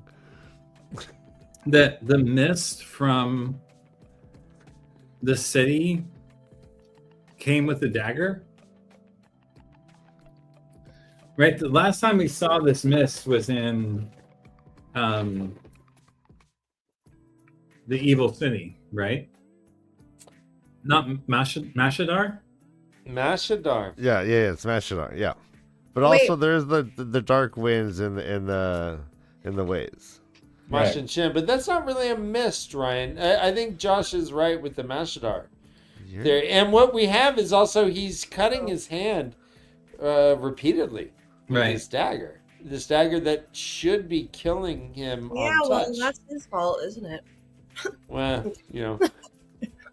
Stop cutting yourself. I know. I bite. You know what? I bite my fingernails. It's easier said than done. Okay. Oh, just stop doing it. Well. I thought it was just because he loved bagels, You love bagels. and everyone cuts themselves on bagels. On He comes across these Trollocs Weird. and Drink. a Mirdraw, and they're Sorry. all eating bagels. Obviously. Interesting. Chive cream cheese. Okay, ready? Padden Feign opened his mouth in glee, closing his eyes, raising his face, lips parted. Yes! Oh Perfect. my god. Perfect. I love it so much. It just writes itself. The Wow. student has become the teacher. Oh shit! I know you come in with boo instead of boot, and Well, it's da and da. Your Da. worst one ever. Finger his Finger beautiful his- down. Da. Come on. Jesus. Right, that's all right. No, and Preaching. then, yeah, no. I mean, like, and then Stopping La- upset. He's changing languages. And Yeah. look at Josh pulls up half of a look, yeah, we paragraph. never thought humans could be so, on this level, but like, we should rethink it. Right. No one thought Larry Bird was going to be great because he was Right. white. Yeah, well. You know what? Would Nobody you finger your beautiful down?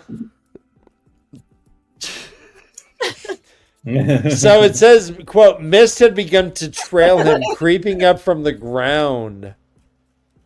Was that mist his madness or was it his hatred? It was so familiar. Later, he comes He's across... basically, like, become the city. What's the name of that city? I'm sorry, I can't remember the name right now. Shile, not Shile Ghul, Shidar Shadar Logoth. Shadar Logoth, right. So he's kind of like become the embodiment of Shadar Logoth. Essentially, like it's taken him over completely after being purged by the Great Lord. Uh-huh. The dagger has like become him and brought along the evil that had infected the city. I mean, that's how I interpreted it. I don't know how else this could be true. The last time we saw him, he was crucifying Murdral, and he talks about doing that here. Right. He's like, but apparently Some gloves. his touch alone kills all fades. Right. So he sends out this. So is he kind of like the true power also, weirdly? It says the creature that had been Mordoth, he would need a new name soon, smiled deeply. The Myrdril turned to run away. The mist struck. It rolled over the Trollocs, moving quickly like the tentacles of a leviathan in the air of the ocean. Lengths of it snapped forward through Trolloc's chest. One He's long maddened rope by moved ab- the thought of power. Like, he wants to kill the Great Lord. Well, doesn't But- everybody? But then something weird happens. It says he walked on through the blight. The corrupted Trollocs climbed to their feet behind him, lurching into motion, spittle dripping from their lips. Their eyes had grown sluggish and dull, but when he desired it, they would respond with a frenzied battle lust that would surpass what they had known in life. Right. Is this a zombie horde of Trollocs that are now following him? That is correct. Maybe. That can move very fast. They're fast zombies too. They're not like early 80s horror movie zombies. They're like modern video game zombies. Hey, I'm dead. Where do you want me to go? I'll do it. It says he left the Myrdril. It would not rise as rumors said they did. His touch now brought instant death to one of its kind. Pity. He had a few nails he might have otherwise put to good use. It's like, all right, time to hunt Althor. Let's go, Trolloc bitches. And they're like, you got it. He just knows where he is. He's like, it's not a hunt. It's like showing up to an old friend's house. Yeah, he was like sad. He's like, yeah, I'm kind of bummed this is going to end. I don't know. It's like senior year of college. He's like, oh, I hope we stay in touch. Trolloc buddies. As you turn around to your friends and you're like, yeah, bitch, never seen that one again. Yeah, bitch. Finally, we have, anything about Pat and Fane. I can't do that. Do we, is Pat and Fane going to kill the Dark One? Yeah, what is Pat and Fane? Yeah, talk to me. He wants to kill Rand and then the Dark One. I'm looking for where he mentions Rand now. He says, no matter onward, the time had come to kill Althor. Only want to kill Althor is how he refers to him. Okay. Yeah. It could be Tam. It could be Tam. Yeah, I guess. It could be Tam. I mean, like, you know, but... Okay. Let me put on my thinking glasses. Okay. It feels like he might only want to kill both Rand and the Dark One in order to gain all the power. Uh-huh. Yes, I think that he wants to rule. Yes. This thing that is taking over Pat Fane Empty Husk is going for the goal. Yeah. Ryan, I have a Taishar you're going to hate. Uh-oh. I love hating him, Dan. What language is it in this time? Just so we can After it passed, he sighed, holding his da. Oh, no.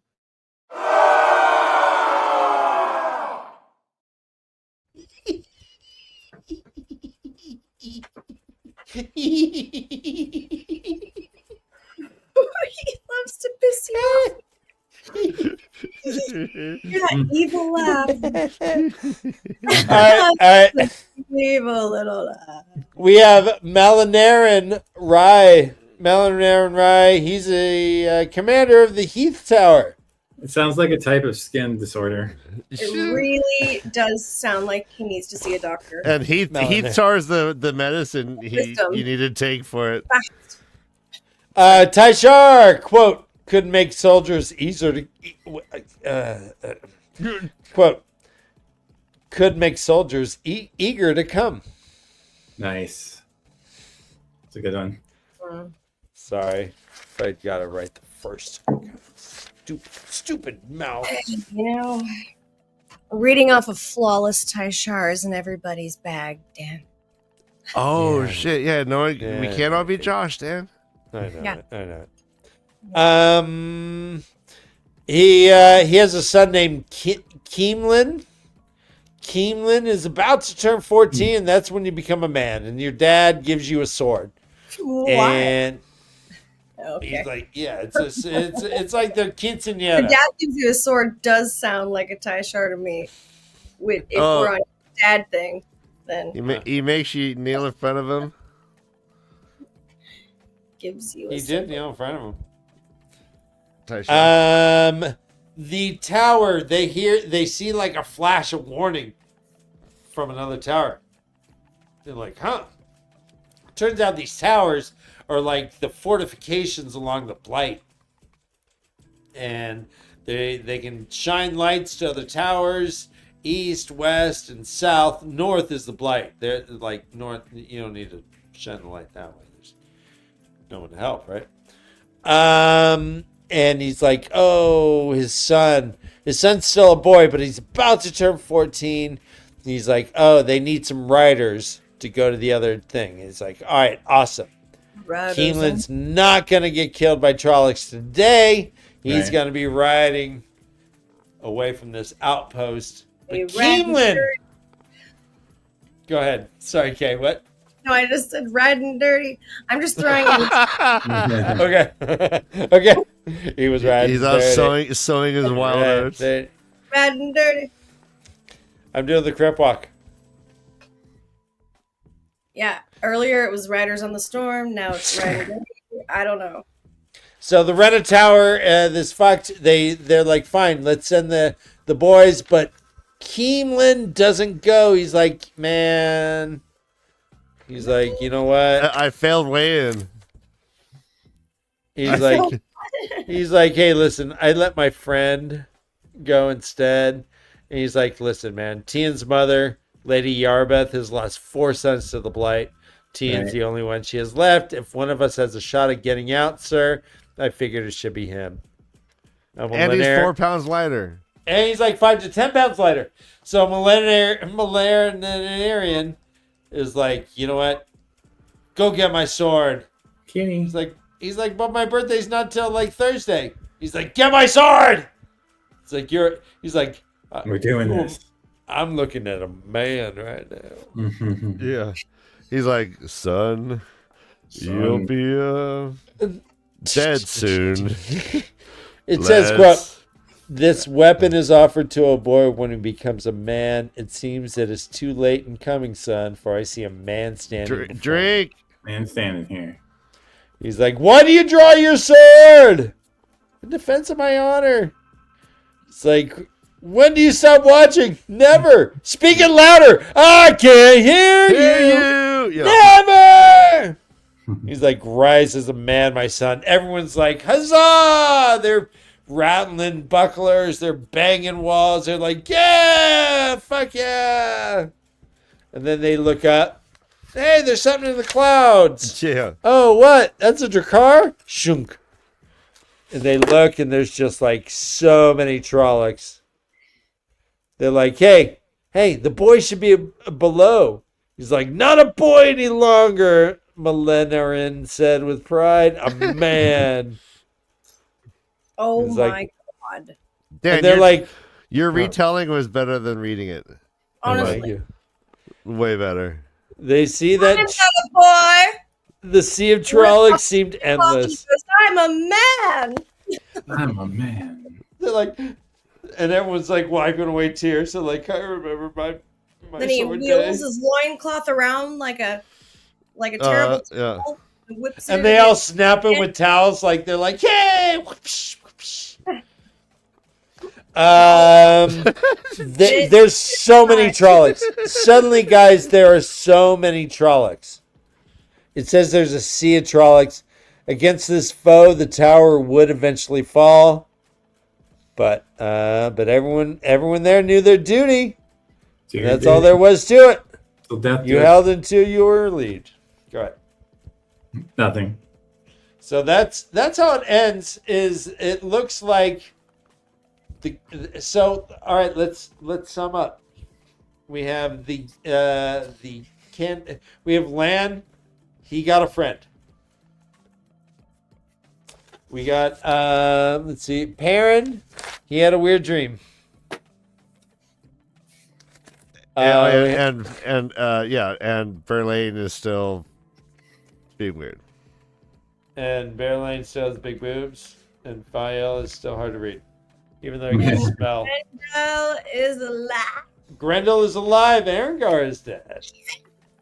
Galad is captured by, but we're gonna see that this gets resolved. I hate somewhat. that name, by the way. Galad? Galad. Only Galad. You really can't blame him. Only Galad. Society. Honestly, it does sound like a soap commercial. Galad? Cool. Like a shampoo commercial? You're never fully clean unless you're glad fully clean. You know, something like that. Nobody knows that. A smile. Oh, thank you, Dan. Yes! That just Who cares what they're wearing on Face Third Avenue? It's what you wear from ear to ear. And not from head to toe. That matters.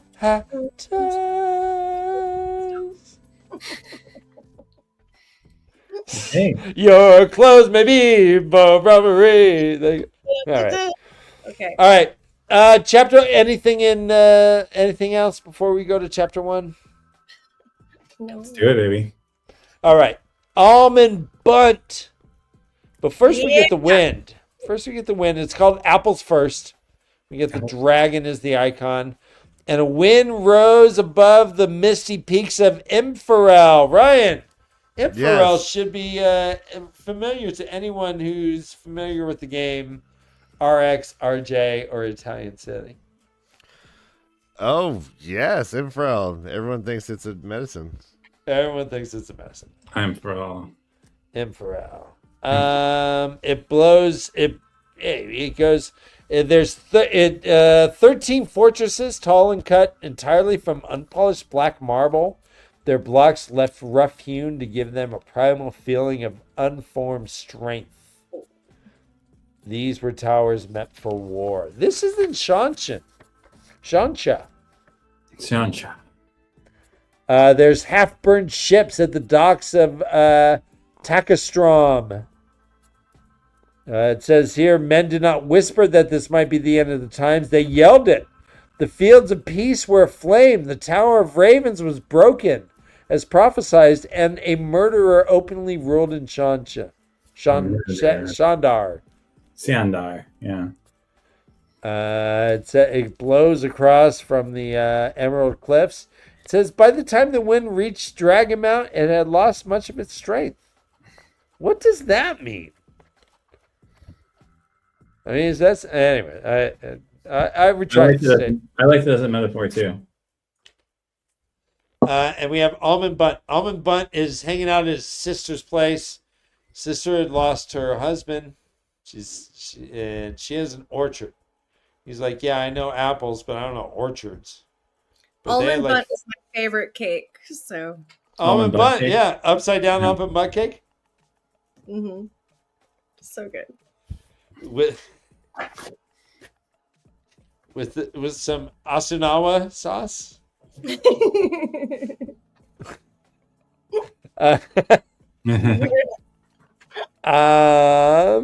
Whatever happened to the honey buns or whatever it was that they were always eating? Honey cakes? Honey cakes. I don't think I've seen a honey cake in like $8. We haven't seen a honey cake in a while. It's regional. It's regional, yeah. It's like tapas. And you know what? If you did see a honey cake, it doesn't taste like home. That still doesn't taste like home. Yeah. Different Ryan Taishar. Ready. Quote. Why Almond had come the neat rose. Yeah, it did. Nice. Why Almond had come the neat rose. Sorry. So he's just lining it up and making neat rows of cum. Is that what that is? And people are walking by saying, "Why?" Ryan. Well, Yes. I mean, why would you? do that. But also, it's not easy. Why? Why? Why? Almond had come the neat rose. All right, so anyways, the apple trees are all fucked. They all dropped all their apples like way They're all early. gone. And they're like, whoa, everyone is depending on these apples. This is a big bummer. This is the worst news possible. Apples. He says, quote, he had never seen anything like this. This was something evil. And he was like, shit. It says, quote, Almond slumped down and maybe it was time to let go. And he felt something on his neck, warmth. Later it says he took a deep, long breath and smelled apple blossoms. He spun with the start. The apple trees were flowering. What was happening? Apple trees didn't blossom twice? What? And then he finds a tall young man walking down from the foothills, dressed in like a brown coat. He's like, hey, bro, you lost? The man's like, Not all who wander are lost. so no, I picture Rand talking like Bran from like after he like is the third three-eye raven. He's like, no, I'm not lost. Finally. It feels like a great long time since I've understood the path before me. People are like, well, Yeah, dude, I'm doing small talk, not big talk. What are you doing? He also says to learn to not be overwhelmed. That is the balance. Almond's like, well, okay. Do I know you? He's like, yeah, you do. Gather your people and collect those apples. He's like, what apple? Wait, what? What? All the apples are super plump and ripe and perfect. Ryan, Yeah. their trees are all fucking They're back. perfect. Yeah, and then at some point he turns around and says, "You like them apples?" He's like, you like them apples? He's like, gather those apples quickly. My presence will hold them off for a time, I think. And whatever you take now should be safe from his touch. He's like, what the all right. He's like, you're him, aren't you? He's like, well, it's likely. Men often speak of me. Yeah. Yeah. Hey. All right, Tom Brady. Yeah, All right, people Tom. say, hey, are you Tom Brady? I don't know. People say I look like him. I'm He's like, often where are you talked going? about. And he says, I'm going to do something I've been putting off. I doubt she will be pleased by what I tell her. Where is Rand off to? I don't know. I mean, I'm guessing Elaine, but And why is he walking? maybe He's walking down the street going, I'm Tom Brady. Yes, I'm the Tom Brady. All the Tom Brady's are just imitating. Imitating. Did he walk all the way down from the mountain, right? Coming down the mountain. Yeah. Yes. I think he's on a walkabout. He's probably stoked that everything's turning green. He's like, look what I can do. Yeah, the grass got greener around all the on bun. the other He side. tells all his boys, he's like, grab the apples, grab the town. We're having a good old-fashioned apple picking. Go get them. He's like, we're stomping someone? I mean, It's like, no, we're picking apples. It's like, the only "Oh." thing yeah, I could what- think, the only thing I could think here is that they just crashed the value of apples for the entire economy. Well, Yeah. Oh, no. There's so many apples that like the apple economy just bottomed out. You know. Now I'm never going to remember what I was going to say. I'm sorry. Go ahead. well, these No. are GMO. They're God-modified organisms. Right? Right, I see you fading. Well, I'll mention a couple of things. So, I mean, what Rand says is noteworthy. No, You see the vegan reborn? I'm not lost. Finally, it feels- Taken reborn. No, I'm not lost. Finally, it feels like a great long time since I've understood the path before me. And then he says, there are always things of use around if you look closely enough. You can't stare at them for too long. To learn but not be overwhelmed. That is the balance. What a tripper ass thing to say to someone saying, "Hey, bro, you lost?" Yeah. No, you know. My presence will hold him off for a time, I think. Whatever you take now should be safe from his touch. I mean, like, what? Yeah. Okay. Well, let me.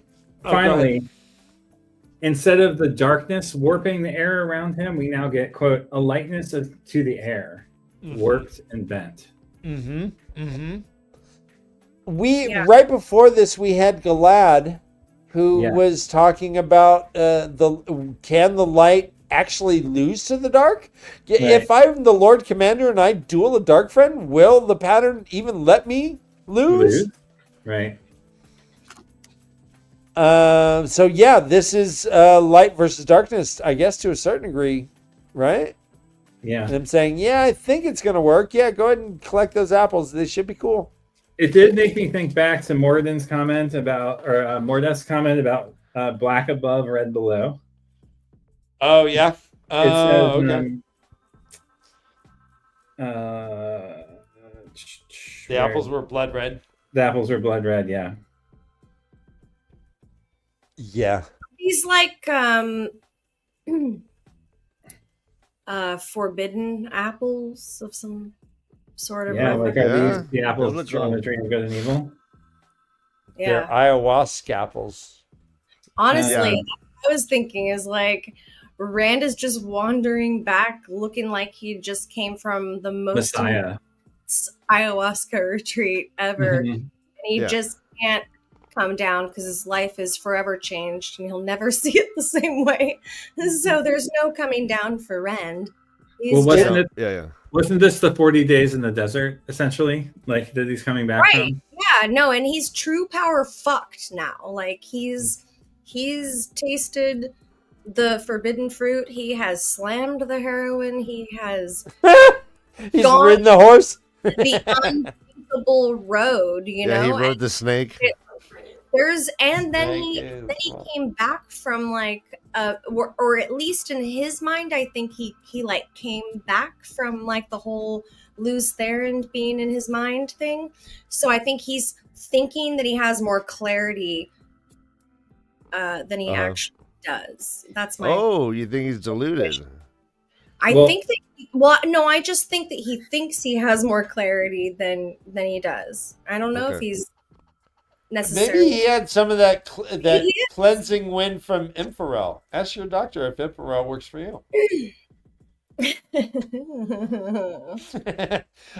ends here where it says, Almond Bunt, he looked eastward. Almond felt a pull inside of him. Something was tugging him softly in the direction the stranger had gone. Apples firstly thought, then, well, he'd see. Tugging him softly. No, that Taishar, tugging him softly. Well done. Is this something everyone? Is this because of his proximity, or is everyone going to feel this tug? I had it marked as. Is it just because he was close? Yeah. So, yes. Or will all humans feel this tug? There's one dark way to read this, which is like Rand is essentially compulsing these people, and that maybe the apples didn't really regrow. Oh no! Oh, that is dark. That is dark. They're just picking hallucinations. Yeah. Like, and they're just gonna starve to death anyways, but not know it. Oh my! Oh, I love that. I love that. Totally die happy. Oh my! Die happy. Yes. But if you're only eating apples, how long can you live, anyways?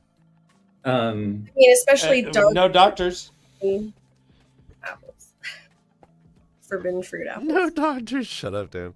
I do think that it's Tabarin Pull though. If I had to make a wager, Is what's going on with the apples and the grass Tavernus to the nth? Or it's something now else? he has the powers of the creator, which is kind of like what I was seeing with this comment about a lightness to the air warped and bent. Mm-hmm. Now, let's remember that Perrin's food doesn't spoil also. Yeah, that's true. It's a very in touch.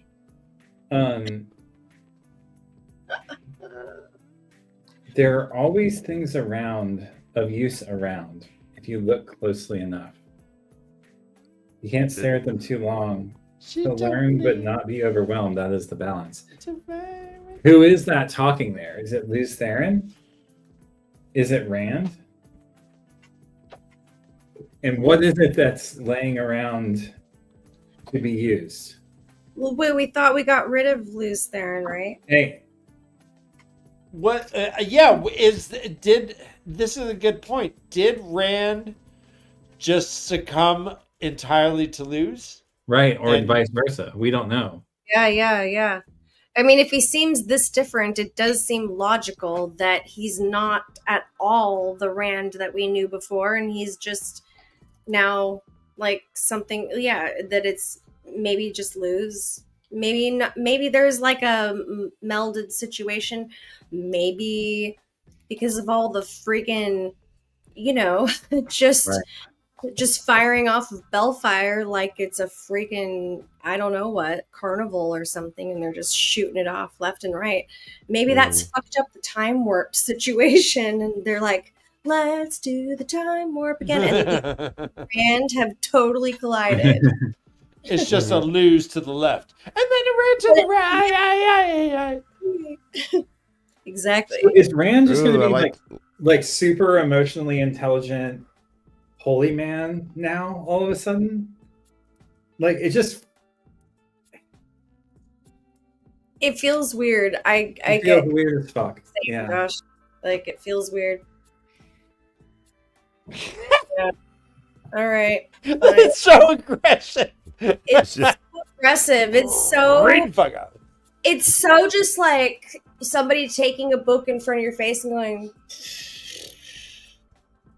keep reading, bitch. Keep reading it. Keep reading. Let's jump to chapter 2 so we can finish that, and then we can talk about whatever. But I know Ryan's on a time crunch. Chapter 2 is called Questions of Leadership, and it is a Perrin chapter. It has the wolf icon. Blacksmith puzzle. Oh no, the wolf. The wolf. I have a Taishar right in the first paragraph. Quote, had come only in spurts. Yeah, like- Thanks, guy.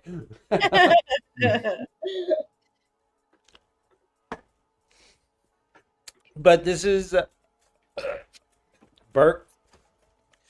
This is Perrin. Perrin's awake, and he's with his group. They're about to get to the Johanna Road. On the road. They're going slow, man. They had that bubble of evil that fucked up a lot of their people. A lot of snakes were around biting people. And the roads have just been garbage. Oh, garbage, yeah. He finds some mercenaries. These mercenaries are like, hey, yeah, we don't really need money. We just, food's fine. He's like, yeah, all right, go find Tam Althor. Tell him Perrin said it's okay. It's like, all right. Bert, sorry. They're like, yeah, you guys actually have like food that doesn't spoil? And Perrin reading the room, it says, quote, course it doesn't, Perrin said sternly, not if you keep it right. Not if you keep it right. What a dick. He's like, oh, it just, oh yeah, no, if you must, it's not the dark one, it's your own fault that all those apples failed and all of your fucking Expensive grain. refrigerator, you dickhead. God. Real dickhead. Sorry. Let's see. So let's see. They're talking. They're like, all right, hey, listen, we're actually in Galen now. So this has to be happening before Rand removes the cloud, right? Good question. Honestly, it says that a when? few days ago the pervasive cloud cover had turned black. I wasn't sure how to interpret that. Mm-hmm. Does that mean before Rand solved the problem, or does that mean after? And when Rand solved it, it became rain clouds instead of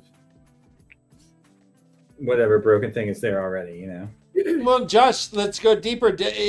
Are the rain clouds dissipated, or is there just warmth and light around Rand himself? Yeah, the Aes Sedai see it echoing out from Dragon Mount. Right, close but it- but they're Almond close. Bunt didn't feel it on his neck until Rand was right there. Right. Kind of gross. By the way, if you need to get someone from second to third, Almond Bunt. Almond bunt that. But if you only have like 0 outs or 1 out, go ahead and Almond Bunt. Immediately. Yeah, Jeez. put the runner in scoring position. Okay.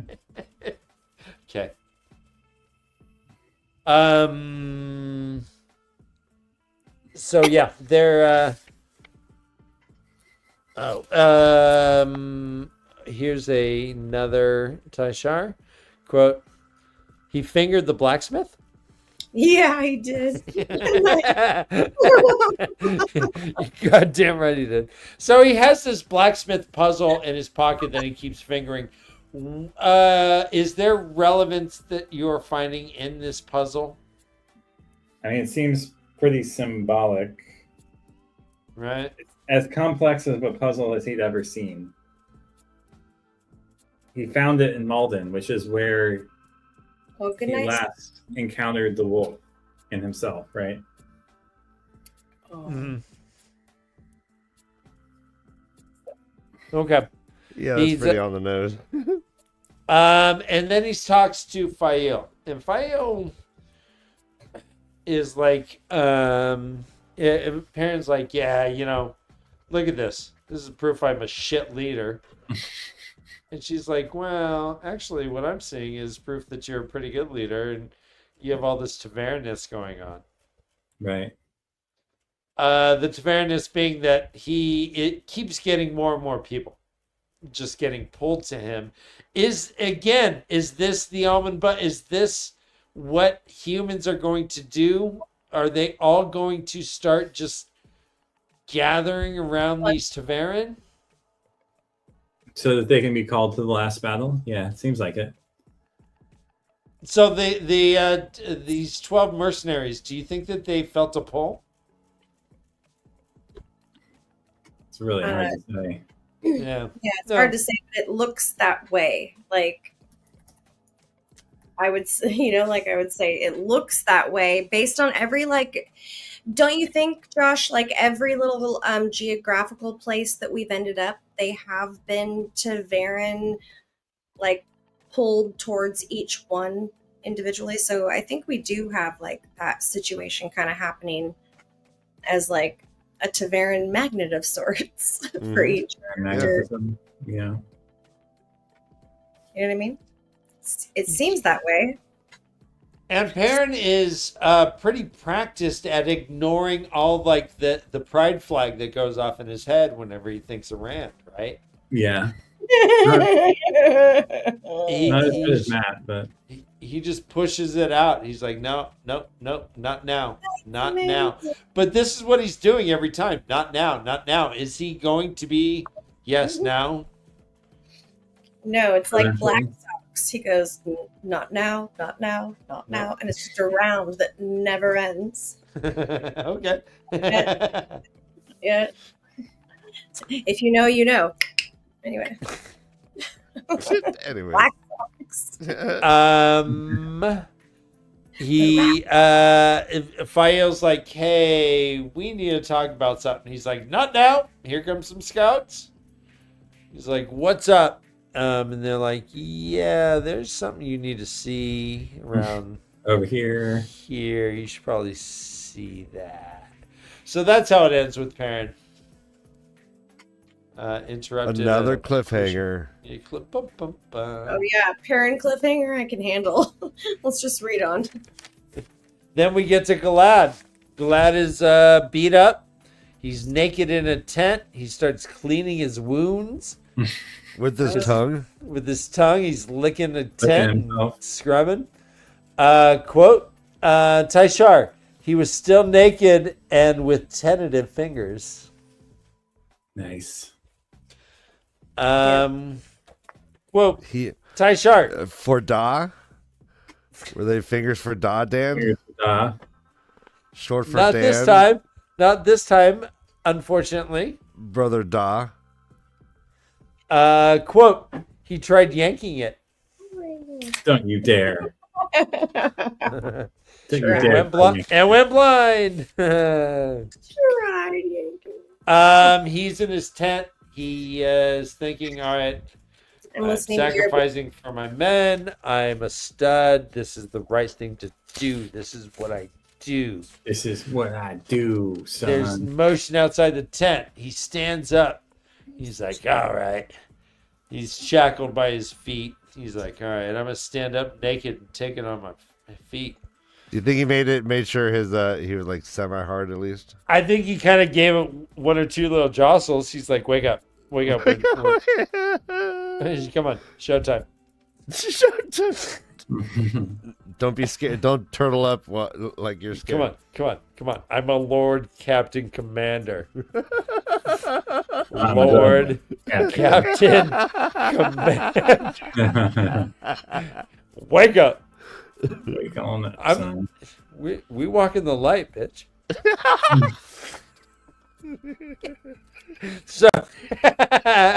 So he's naked, standing with chains around his feet. He takes a stance. He's like, "Yeah, I'm proud." And they're like, "Damodred, how are you awake? Oh my God!" He's like, "Wait, I told you not to rescue me." And then in come some of the other commanders or captains. They're like, "Hey, listen, we've had a lot of shit going on lately. Asanua is not this is not what we had planned. You're obviously the Lord Captain Commander. We've had 2 in the last year. We took a vote. The Union is down with you, so we killed him." Like, right? Like, all right, cool. Let anyone who want to leave, tell them they can fuck off. And if you don't want to leave, we're striking camp. We're going to Andor. Like, and hand me my robe. Hand me my robe. No, I mean, and I think someone went when he's like, "We're off to Andor." I was standing there. Lord Captain Command. Indeed. The end. He actually makes his dick point to Andor with his hand. He was faced the wrong way, and it like twisted him. It was like, he's like, oh, like a compass. That is it for this. Is there anything in this prologue through chapter 2 that you guys wanted to bring up? I think we covered everything I had. Okay. Yeah, looking forward to getting my physical book. And looking forward to just reading forward in this book too. Yeah. Reading past Perrin and Glad. We do have a change coming up for everyone here. We have been on Tuesday nights throughout our thing, but we are moving to Wednesdays. So we are moving Wednesdays at 10 p.m. Eastern.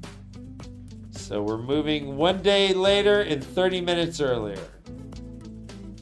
23 hours and 30 minutes. At 7 p.m. Pacific. 24 and a half hours, yes. Yeah, 23 and a half. Yeah. We got 2 more. We got 2 more books. We hope this doesn't clash with anybody else's shows. You might be enjoying what have yous. But yeah, we got 2 more books, and then we'll figure out what the future of the Leafcast is after that. But yeah, we figure out 7-8 months. So please do join us on Wednesdays if you can. It's not the same without you guys. Please come on Wednesdays to Drink. sure. Wink. All right. I was trying to be more subtle, but that's Yeah, apparently we're gonna give the Dusty Wheel a run for its money, Ryan. yeah. Oh There's gonna be a no. huge drop, and they're gonna be like, "What happened?" He won't still be on at this time. I don't know. You're What right. is, what should I do? I just can't help but be a part of it every single week. Brother Dan, you're going to be on the Dusty Wheel tomorrow, right? I haven't heard, but yeah, I think we are talking about the. Their people are talking with our people? Yes, there's people talking. They're working out the deeds. All right, actually, 1 p.m. Eastern. What's that? It says, Tomorrow. how does 1 p.m. Eastern work for you tomorrow? Can you find out if 8 p.m. Eastern works for Ryan tomorrow? Ryan, is 8:30 p.m. Eastern? Could you be home by 5:30 p.m.? I certainly can. All right, I'll say either, both are good. So we'll see. Sweet. All right, yeah, we're going to be on the Dusty Wheel talking about a TV show trailer. Yay! That's Nice. amazing. That'll be so much fun because, oh my god, there's so much to talk about. Yeah, Oh my God, dripping with sarcasm.